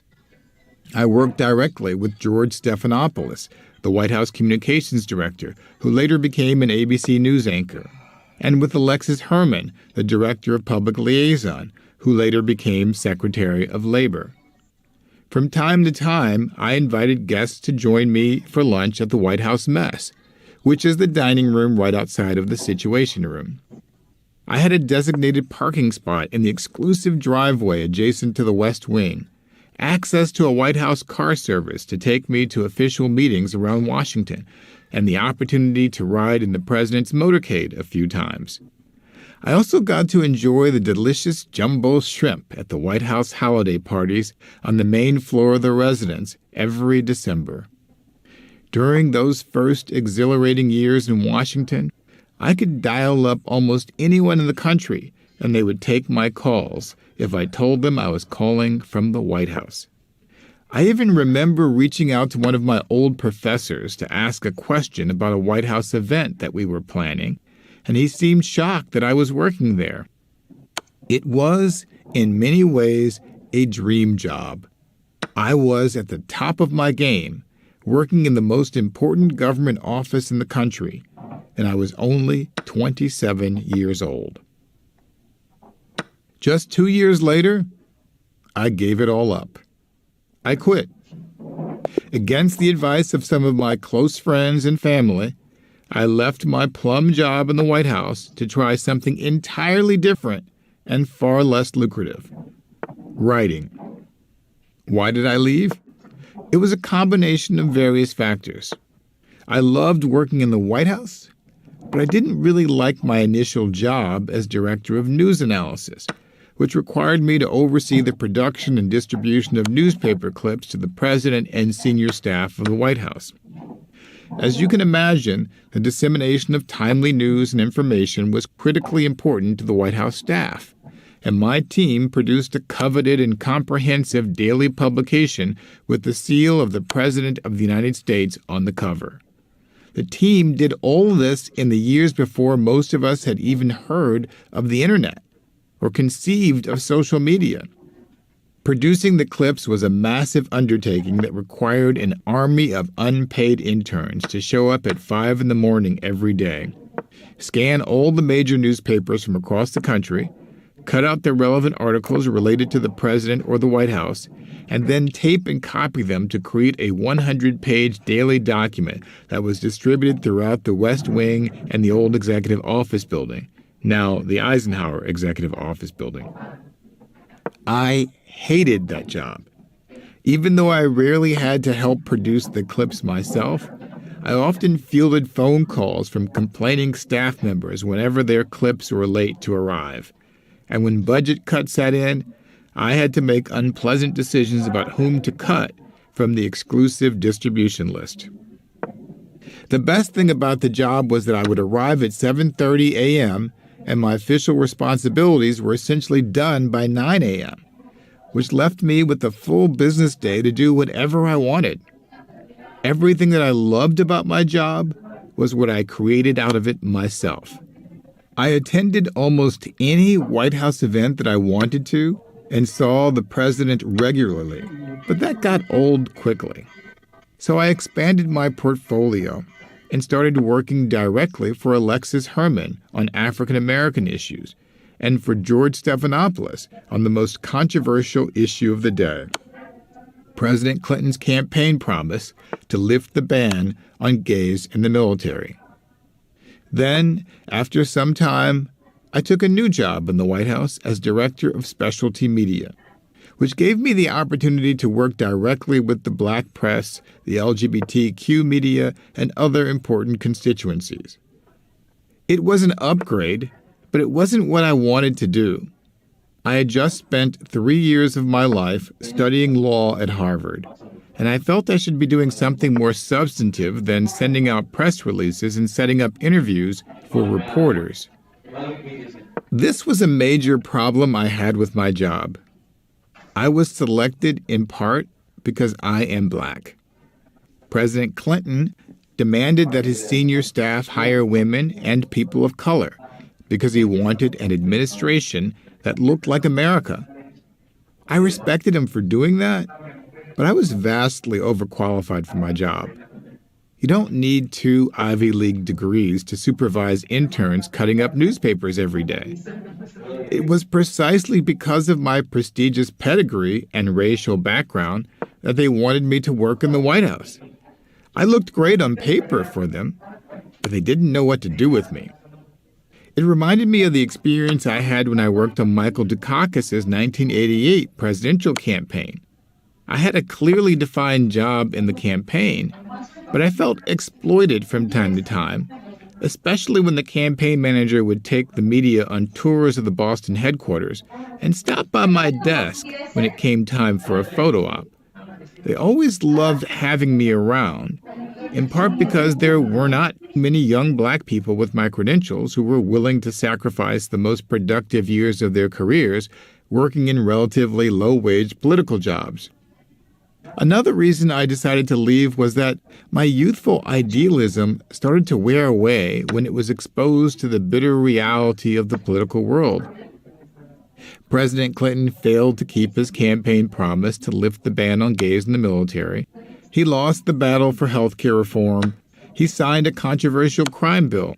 He retreated on his nomination of Lonnie Guarnier to the Justice Department, and he fired his Surgeon General, Jocelyn Elders.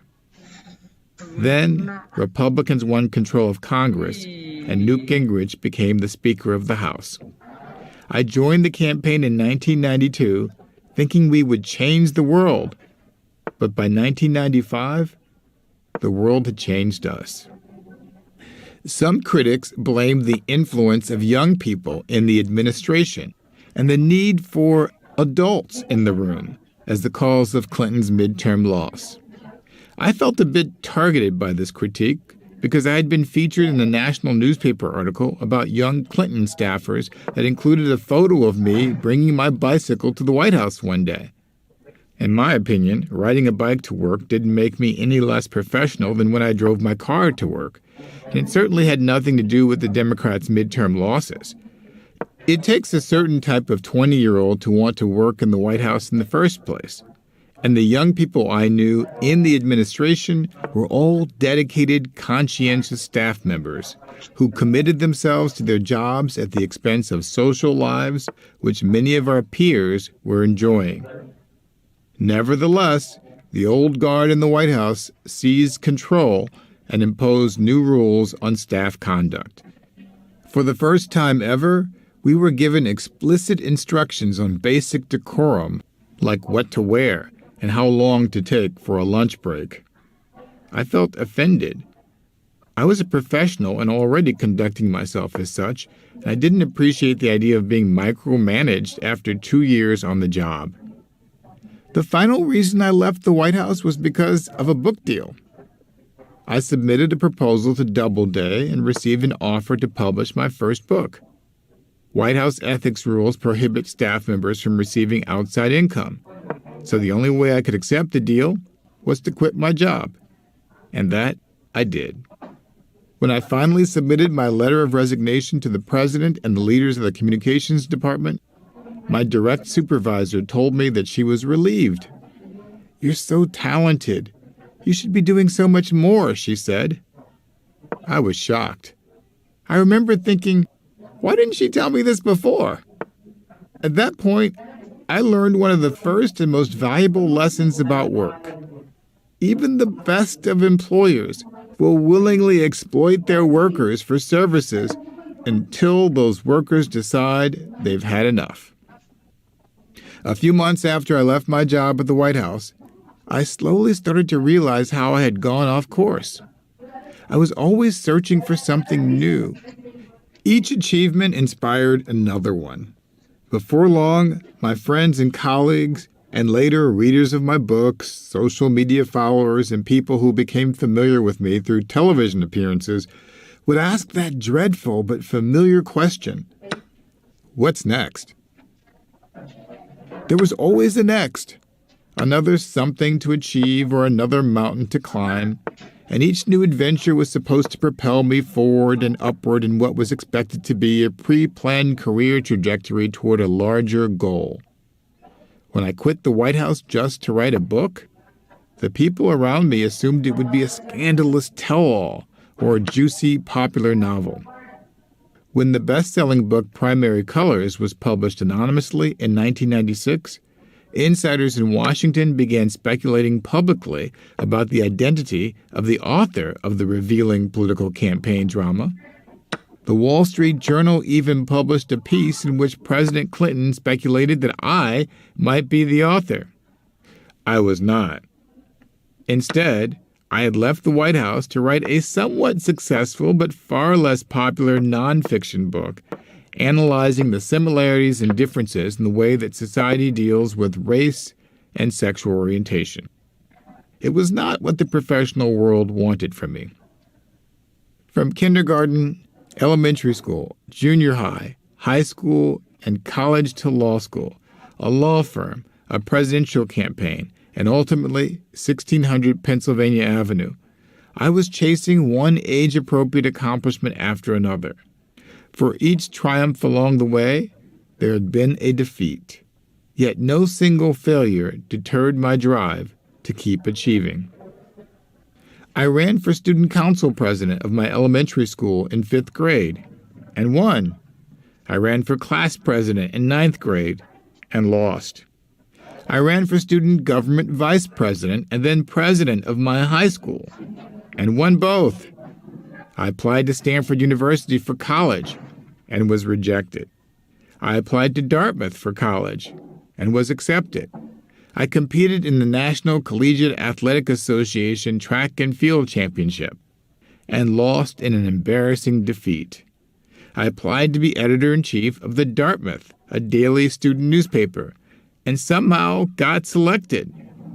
I applied to join the Harvard Law Review and was rejected.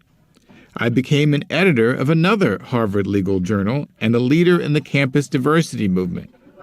I worked on a presidential campaign and lost. Then, 4 years later, I worked on another presidential campaign and won, finally scoring one of the best jobs imaginable for a 27-year-old who loved politics, working for the President of the United States.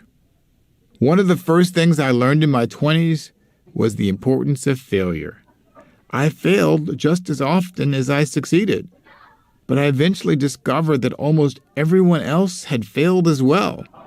I soon came to realize that the only difference between those who considered themselves successful and those who did not was that successful people didn't give up when they failed. They might change, redirect, or even abandon a specific goal or dream, but they would never surrender their underlying faith in themselves.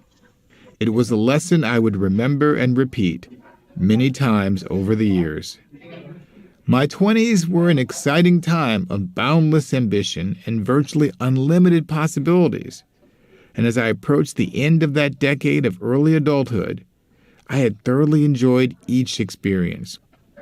Nevertheless, after all those years of running from one goal to the next, I had to reconcile with the truth.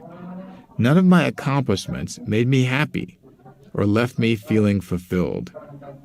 I spent the first 3 decades of my life on a virtual treadmill, chasing an impossible dream called success dangling in front of me. Like the unnamed protagonist in Ralph Ellison's Invisible Man, I was expected to keep running on the treadmill indefinitely. Yes, I did almost all the things I was supposed to do along the way, but each time I passed a new mile marker, the belt just kept moving. It never stopped, and it never would, until I decided to step off. Chapter 4. My First Mistake. When I quit my job at the White House, all I had was a modest book deal from a publisher and some vague idea that I was going to try to make a living as a writer. But I had no plan. That was the first of many mistakes I would make in self-employment. While a salary of $60,000 a year to work in the White House was significantly less than I would have made if I stayed at my law firm, it was still a livable income for a young single man in Washington in the 1990s. The deal I had signed to write my first book was for $40,000. It wasn't enough to cover my expenses for a full year, but I figured it would provide for a few uninterrupted months that would allow me to write before I needed to figure out what's next. The problem, though, was that I didn't consider the payment structure for a book deal. The publisher paid me in segments. The first came upon the signing of the contract, the second upon the delivery of the manuscript, and the third upon the publication of the book, which would be a year later. I had turned in the manuscript about 6 months early, mistakenly thinking that this would expedite the process of publication and payment. But at the time, publishers scheduled their book release dates more than a year in advance. So when the cold reality of bills piling up finally slapped me in the face, I was forced to take a job. Shortly after I finished the first draft of my book, I was offered an exciting opportunity to lead a nonprofit organization in Los Angeles that was expanding its brand to create a national presence. I knew remarkably little about the group, but the founder was an impressive black gay man I'd met while working at the White House. He recruited me directly, and the work meant I'd have to move to California. I needed a job, and I relished the challenge. I did not want to move to the West Coast, however. Besides, I argued, if the organization wants to have a national policy presence, it needs to open an office in Washington. Eventually, we worked out an agreement for me to spend 2 weeks of each month in LA and the other 2 weeks in DC building the infrastructure for a new office. The founder also agreed to host me in his home whenever I had to work in California, which would save me the expense of paying for 2 places. This arrangement would allow me to enjoy the best of both worlds. I could work in an office in Los Angeles half of the month and continue working at my home in Washington the rest of the time. And I could experience both coasts each month without making a commitment to give up my place on the East Coast. It felt like I had landed another dream job, until it wasn't. What I did not realize is that several other influential figures in the organization did not exactly share the founder's new vision. They had been involved in the nonprofit for years and raised questions about the decision to change the group's brand from a local HIV/AIDS service organization to a national Black LGBTQ advocacy group. These influential figures were board members who had the power to make my life difficult in the new role. I did not experience it directly, but I was told by allies on the board that some of the members resented my presence. So here I was, an outsider who had never lived in California, being brought in to run a local community organization 3,000 miles away on a part-time basis with a board of directors that was resistant to my presence. I also discovered that the organization had no money to pay me. I knew from the beginning that fundraising would be a major responsibility of my job as executive director. And I knew I would have to raise money to pay for my salary and other projects for the newly expanded organization. What I did not fully grasp was that the organization had no money at all to pay me in the meantime. This was a brand new endeavor with no committed resources to fund it. And although I had started to build a resume as a public figure in the community, I had no experience in nonprofit management or HIV/AIDS-related work at the time. This left me with a steep learning curve and little room for error in trying to figure out how to make things work. Perhaps it was the hubris of youth, but for some reason I chose to ignore all the red flags waving in front of me when I took the job. Even after I attended my first board meeting and was locked out for hours during an executive session as the board members debated whether to keep me in my position, I was determined to make it work somehow. From a professional standpoint, it did work. We organized a historic contingent in the Million Man March, held 3 national conferences, opened an office in the nation's capital, hired a small staff, and hosted popular community events in Washington during the time I worked for the nonprofit. I also helped to raise the organization's profile with new national media exposure, including several controversial appearances on BET in which I debated with black pastors about homosexuality in the African American community, still a taboo topic in the 1990s. On a personal level, I felt like it was a failure. I worked months at a time without income and struggled to pay my own bills. My plan for funding the national operation had always depended on fundraising from the board of directors, but I could not convince most of the members to meet their annual requirements. During the many months when the funding came up short, I had to sacrifice my own salary to make sure the staff was paid. On several occasions, I even used my own savings to pay the organization's bills.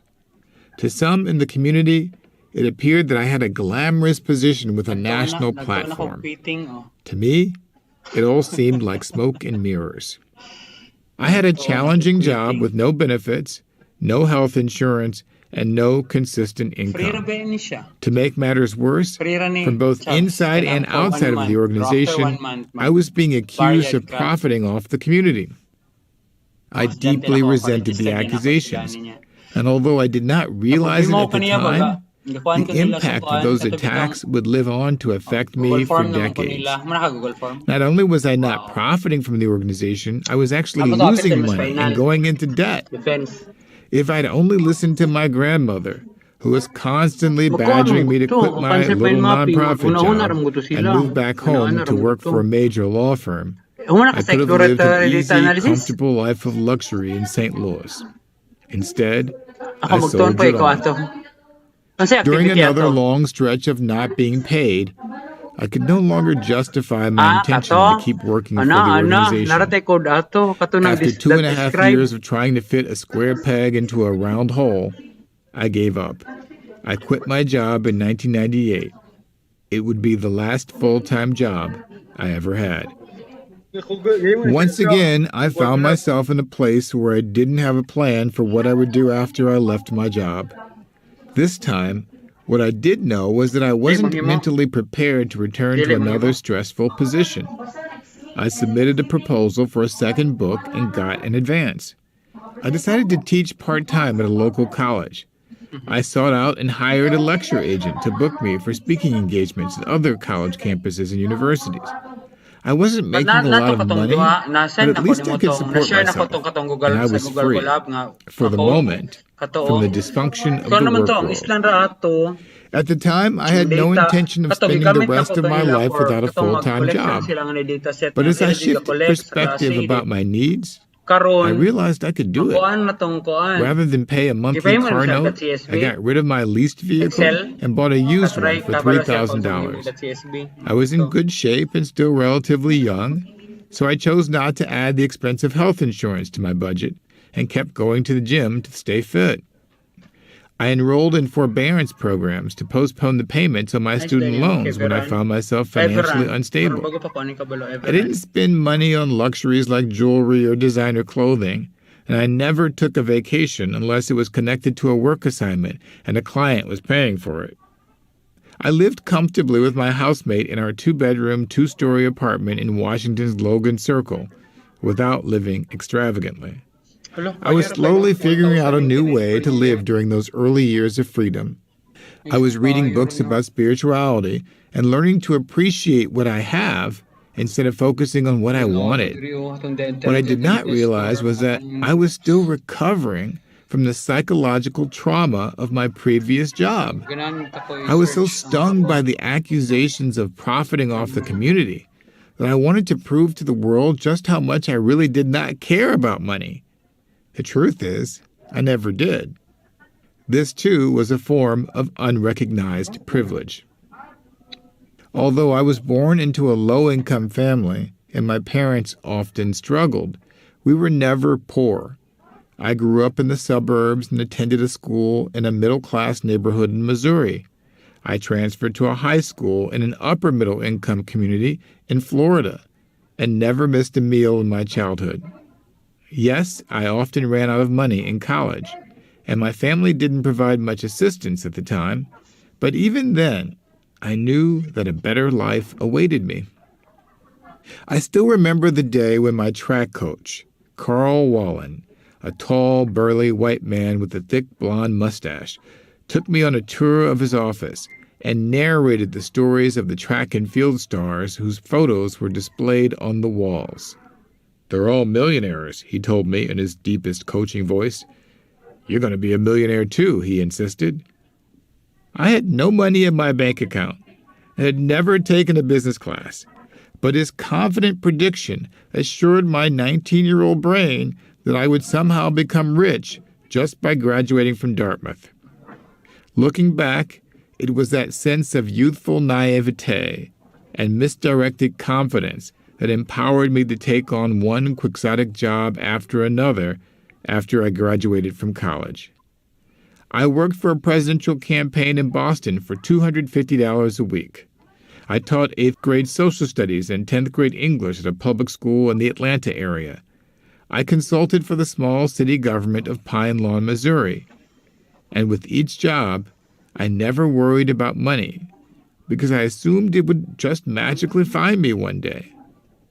I had been following the old adage, do what you love, and Dartmouth had been partly responsible for teaching me that. I'd never heard of Dartmouth until I received an admissions brochure after taking the PSAT in high school. The one line in the brochure that stuck with me was that the college sought to admit students who will make a significant positive impact on society. That was exactly what I wanted to do after high school. After I enrolled, I came across the words of Dartmouth's favorite son, Robert Frost, from his famous poem, The Road Not Taken. Two roads diverged in the wood, and I took the one less traveled by, and that has made all the difference.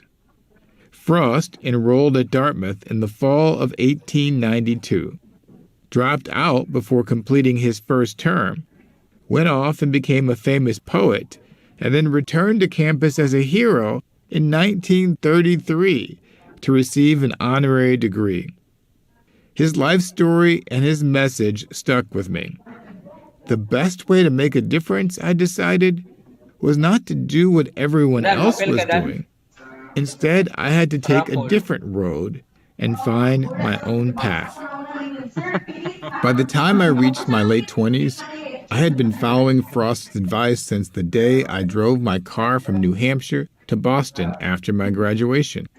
And I had been moving throughout the world with the assumption that the money would take care of itself. After my painful experience at the nonprofit in Los Angeles ended in 1998, I was no longer confident about that. The psychological trauma of being accused of exploiting my community for profit only made matters worse. Almost as if to prove a point, I then adopted an unhealthy lifestyle of asceticism, forsaking my own material needs to demonstrate my commitment to the cause. I don't think I did it consciously, and I certainly didn't understand why I was doing it at the time. But looking back, I can now say that I had come to embrace a form of poverty consciousness. It's not that I believed that money was scarce in the universe. Instead, I came to believe that money was antithetical to my life's mission.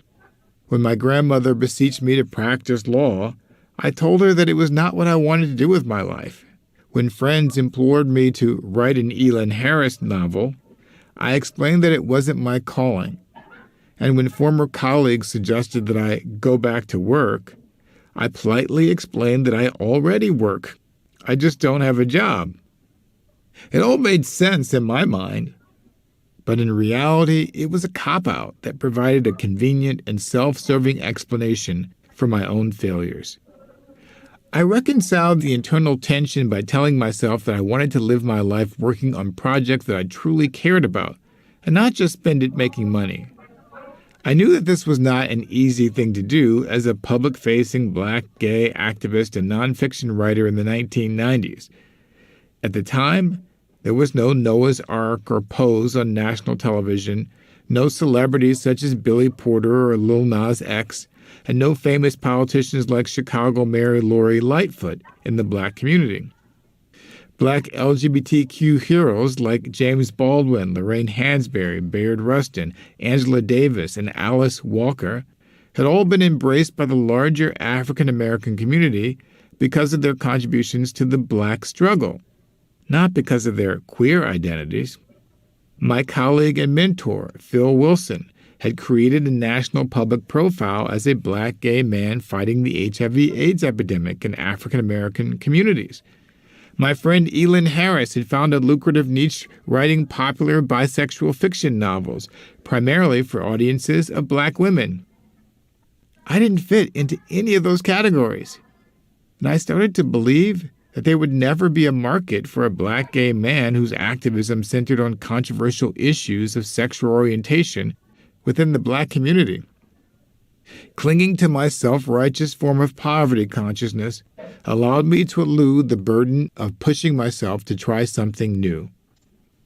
As the millennium drew to a close, I concluded that my track coach was wrong about my future, and I resigned myself to the fate that I might never make enough money to support myself because of the wildly idealistic and improbable path I had chosen. Chapter 5. My second mistake. A few years after I quit the nonprofit in Los Angeles, the organization collapsed. I had completely removed myself from the institution, so I did not have a clue as to why that happened. But its disappearance left the black LGBTQ community with no national advocacy group. When several people asked me to intervene, siyang Everglow. I responded that I was too far removed to be of any assistance Nice siya and kay, too imagine ka, wounded to 129 re-engage. pesos ra? I happily left LA and Washington and moved to New York City Pero, in 2001 to try a wala new siyang beginning. certificate, pero I remained I did self-employed, certificate. continuing Ako, to write and book speaking engagements as my primary sources of income. murag, I also started a i-change popular naman blog siya that yung eventually bilhin became para makasave surprisingly ko. profitable. I entered a 29% long-term off, relationship good. and took advantage of the Changing to social and annual cultural plan. outlets in Manhattan. Ano ba, I changing took to annual modest plan, overseas 1,000. vacations with my partner, 1,099 attended siya. Broadway shows, enjoyed the local nightlife, and even joined an amateur wrestling club. I was just starting to get into a groove away from politics and activism when something unexpected happened. On November 8, 2003, the Massachusetts Supreme Judicial Court ruled that same-sex couples had the right to marry in the state. Having lived in Massachusetts for a cumulative 5 years between working with the Dukakis 1,099, 1 year naman to. Kala, 1,099.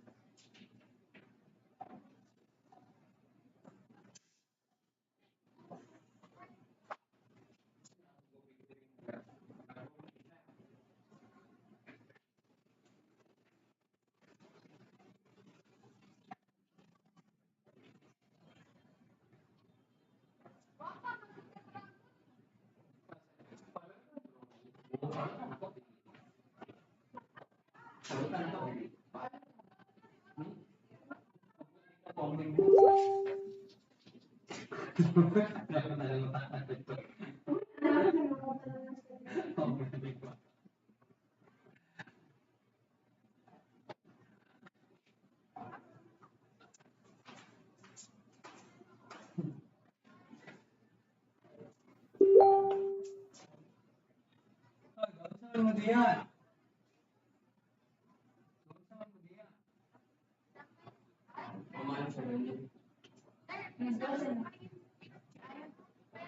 Hindi, hindi ko kabalo. Hindi ko memorize. Hindi mo corn lang. Why I left my job to live a life of freedom. campaign and attending law school, I wasn't entirely surprised by the decision.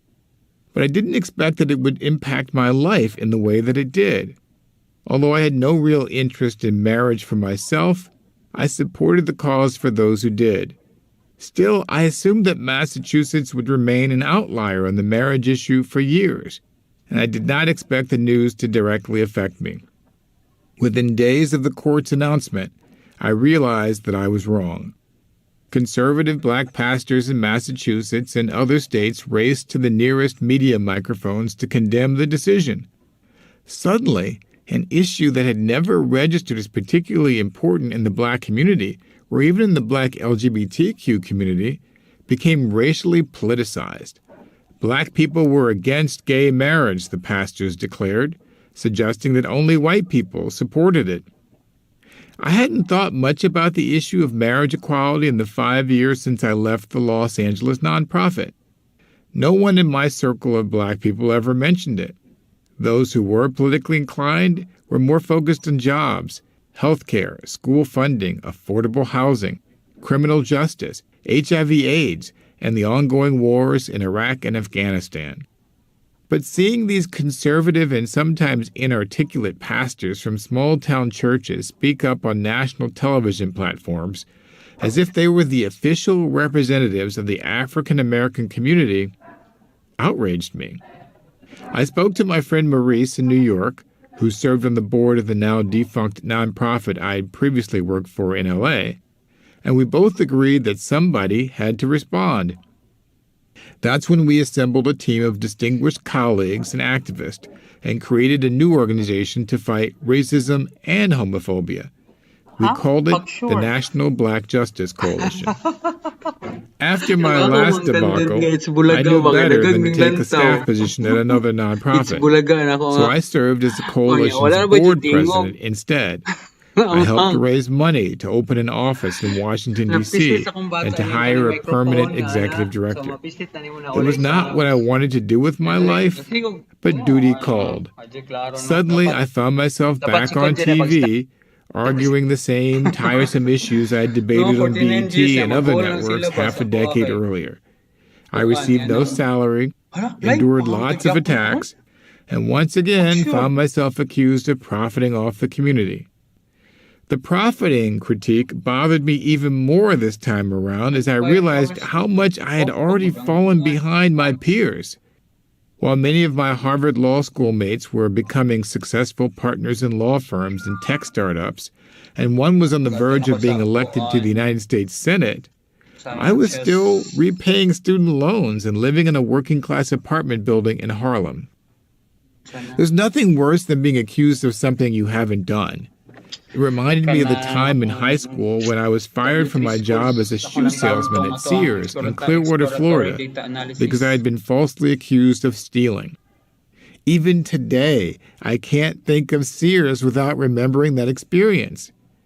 But the accusations also underscored why I always wanted to work for myself, without all the supervisors and critics trying to tell me what to do. I thought I was insulating myself from those charges by serving as a board president for the new nonprofit. Once again, I was wrong. We hired an executive director after a few years, and he took over the primary role of fundraising. Even when I was not a staff member, though, I was still criticized for my unrelated personal career decisions. Around the time my third book was published, our executive director took a meeting with one of our wealthy donors in New York. During the meeting, the donor picked up a copy of an advertisement for my book from his desk and hurled it at our executive director. "What is this?" he asked indignantly. Later, in 2005, when the controversial Nation of Islam leader, Minister Louis Farrakhan, reached out to ask me to speak at the 10th anniversary commemoration of the Million Man March, I resisted, and our organization suggested that other speakers do it because I did not want to continue to be the face and the target of the Black LGBTQ community. After we sat down for an unusual and contentious meeting with Minister Farrakhan and his deputy for the march, several board members and figures in the community pushed me to accept the offer. I reluctantly agreed. Then the offer was rescinded at the last minute, and another vocal figure in the community publicly accused me of lying about the offer in the first place. Around that time, our organization held a board meeting in San Francisco, and I flew from New York to California on my own dime, even though I didn't have a job or a lot of money to support myself at the time. Once we arrived, we could not establish a quorum to conduct business because we didn't have enough members present. One board member lived right across the bay in Oakland, but chose not to attend. Another board member stayed back on the East Coast to close on a second home. At that point, I was done. I didn't even own a first home. And here I was, Kumarog once na. again, expected to be a Dapat sacrificial correct lamb jud for nga the spelling community. asterisk. Not long afterwards, Pag-answer nga, I quit. tubig, kurente. I resigned from my post as board Kato, president. asterisk, It was no longer a asterisk. healthy space for me to Si Sir. continue occupying. I realized that the Pila organization nga could quiz? never really grow as long as I remained in a position of leadership. And I realized that I could Lima never na ako, grow Guro. individually as long as I kept returning to the movement Lima na ako, whenever I Quiz. felt that duty called. Kanina lang I di also so quit okay na publishing din my ko, daily blog, which by then had become a profit center, generating thousands of dollars in monthly advertisement income. I made a personal decision in that moment not to join any other nonprofit boards in the community. After more than a decade as one of the most visible spokespeople for the cause, I was finally ready to move on with the rest of my life. Why did I quit? It was the cumulative impact of going back and forth on my unusual career treadmill. I was now in my early 40s, and I knew that younger and less jaded voices were emerging in the community. I could still be supportive of the cause without being front and center all the time, and I wanted to explore new professional opportunities in media. So I made one important and life-changing decision. I decided that I'd rather be free. Chapter 6. I'd rather be free. As you can tell by now, I've quit many times in my life. One might assume it was all part of some larger plan that I concocted years ago. It was not. Yet I still wonder how and where I first learned the mentality that I could quit, especially since I spent so much of my young life collecting all the necessary accolades to move my career forward in a specific direction. I think I can attribute part of that mentality to an unusual source: my parents' divorce. At some point in the 1970s, my parents separated in St. Louis. It affected various members of my family differently. For me, I was relieved that they were no longer trapped in what appeared to be an unhealthy relationship. In 1980, my world changed again. Both my grandmother and great-grandmother, who helped to raise me, passed away within a week of each other. My uncle was murdered. My mom moved to California, and my dad moved to Florida. It was the most disruptive year of my young life, and it taught me that nothing is permanent. It also taught me not to fear change. I learned valuable lessons from each of my parents. I moved to Clearwater with my dad, and I watched him quit his job and start his own beauty supply business. He sold popular black hair care products and recruited our entire family to wear what were then trendy, and now embarrassing, jerry curls. I worked in his store during summers and on weekends and appreciated the freedom he had to be his own boss.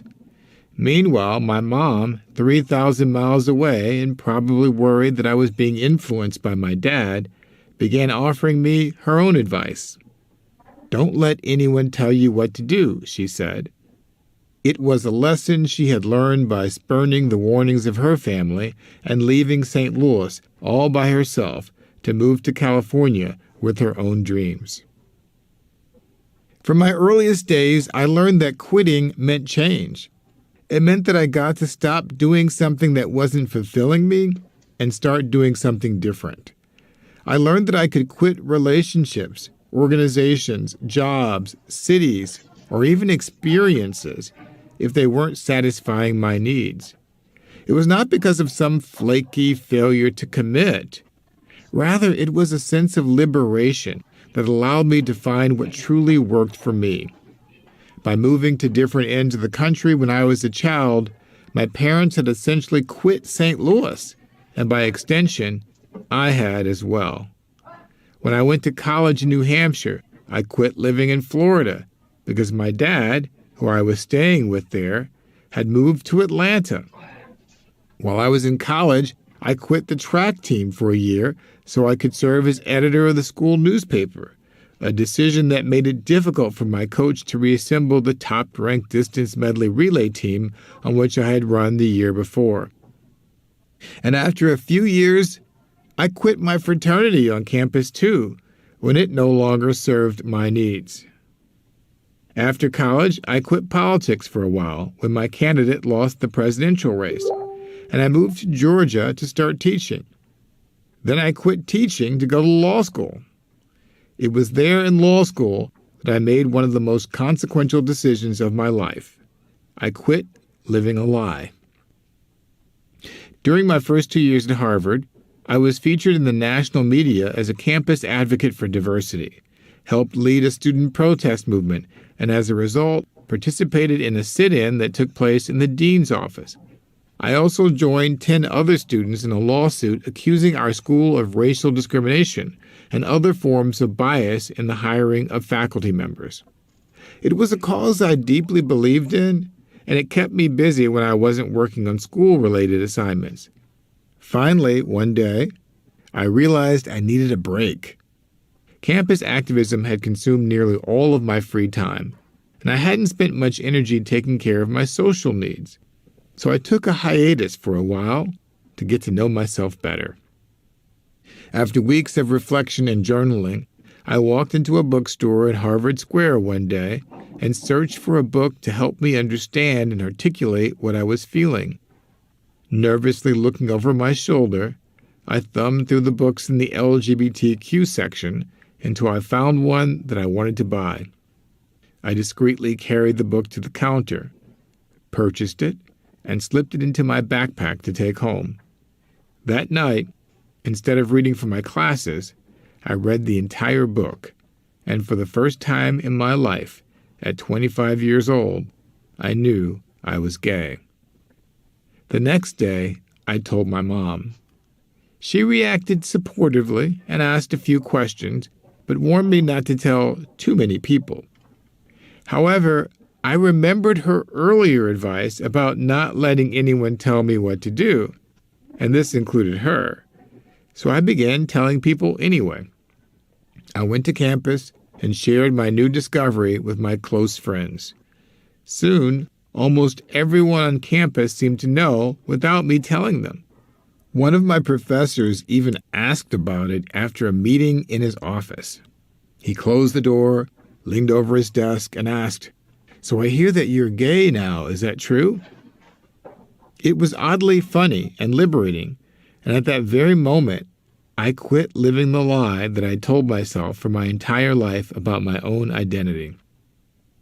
It was 1991, and the world outside the ivory tower at Harvard was still not very receptive to black gay men. So I feared that this revelation might end my future career in politics.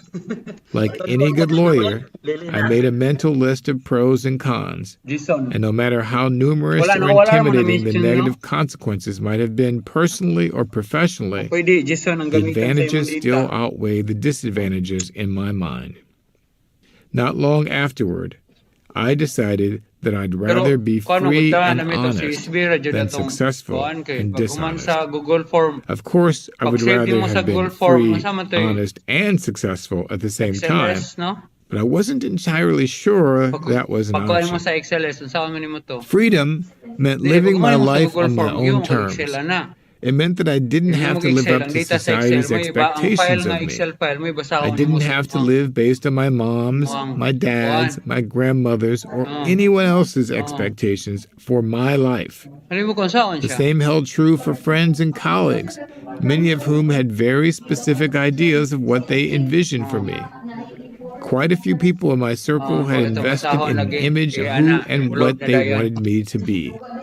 They had created in their minds an identity for Keith Boykin, and I eventually realized that I didn't need to be that Keith Boykin to be enough. Chapter 7, What They Don't Teach You at Harvard Law School. I only applied to 2 law schools, Washington University in St. Louis and Harvard. The first I considered because it offered me a full scholarship. The second, because of the name. Although my grandmother in St. Louis encouraged me to go to Wash U, I chose Harvard for one primary reason. I did not want to practice law. I wanted the law degree and the doors that I expected it would open for me, but not the law job and the responsibilities that came with it. Shortly after I arrived at Harvard, the dean of the law school welcomed my class of first-year students with a disappointing speech in which he seemed to suggest that our principal role as lawyers would be to grease the wheels of commerce, and that we should not be ashamed to seek high-paying corporate law firm jobs. This was not what I signed up for, I thought. But I quickly realized that this is exactly what many of our elite academic institutions are designed to do. They are essentially educational mills or scholastic factories that annually churn out workers for the top jobs at leading businesses in the country. Without the affable charm of my avuncular college track coach who displayed the riches that lay before me, the dean at Harvard enticed us with the promise of fame or fortune by rattling off statistics about the number of the school's graduates in top positions in America and the U.S. Supreme Court. He was, of course, correct in his prediction about our collective future. Among my schoolmates at Harvard, many became rich, several became federal judges, one was selected as the United States Solicitor General, quite a few were elected to Congress, and one, Barack Obama, was elected President of the United States. Harvard Law School was a training ground for America's elite. My experience was different from that of many of my classmates, though. Because I didn't actually want to be a lawyer, I wasn't as stressed about grades and academic performance as the other students were. Ask any law school graduate about legal education, and they've heard the old axiom. First year, they scare you to death. Second year, they work you to death. And third year, they bore you to death.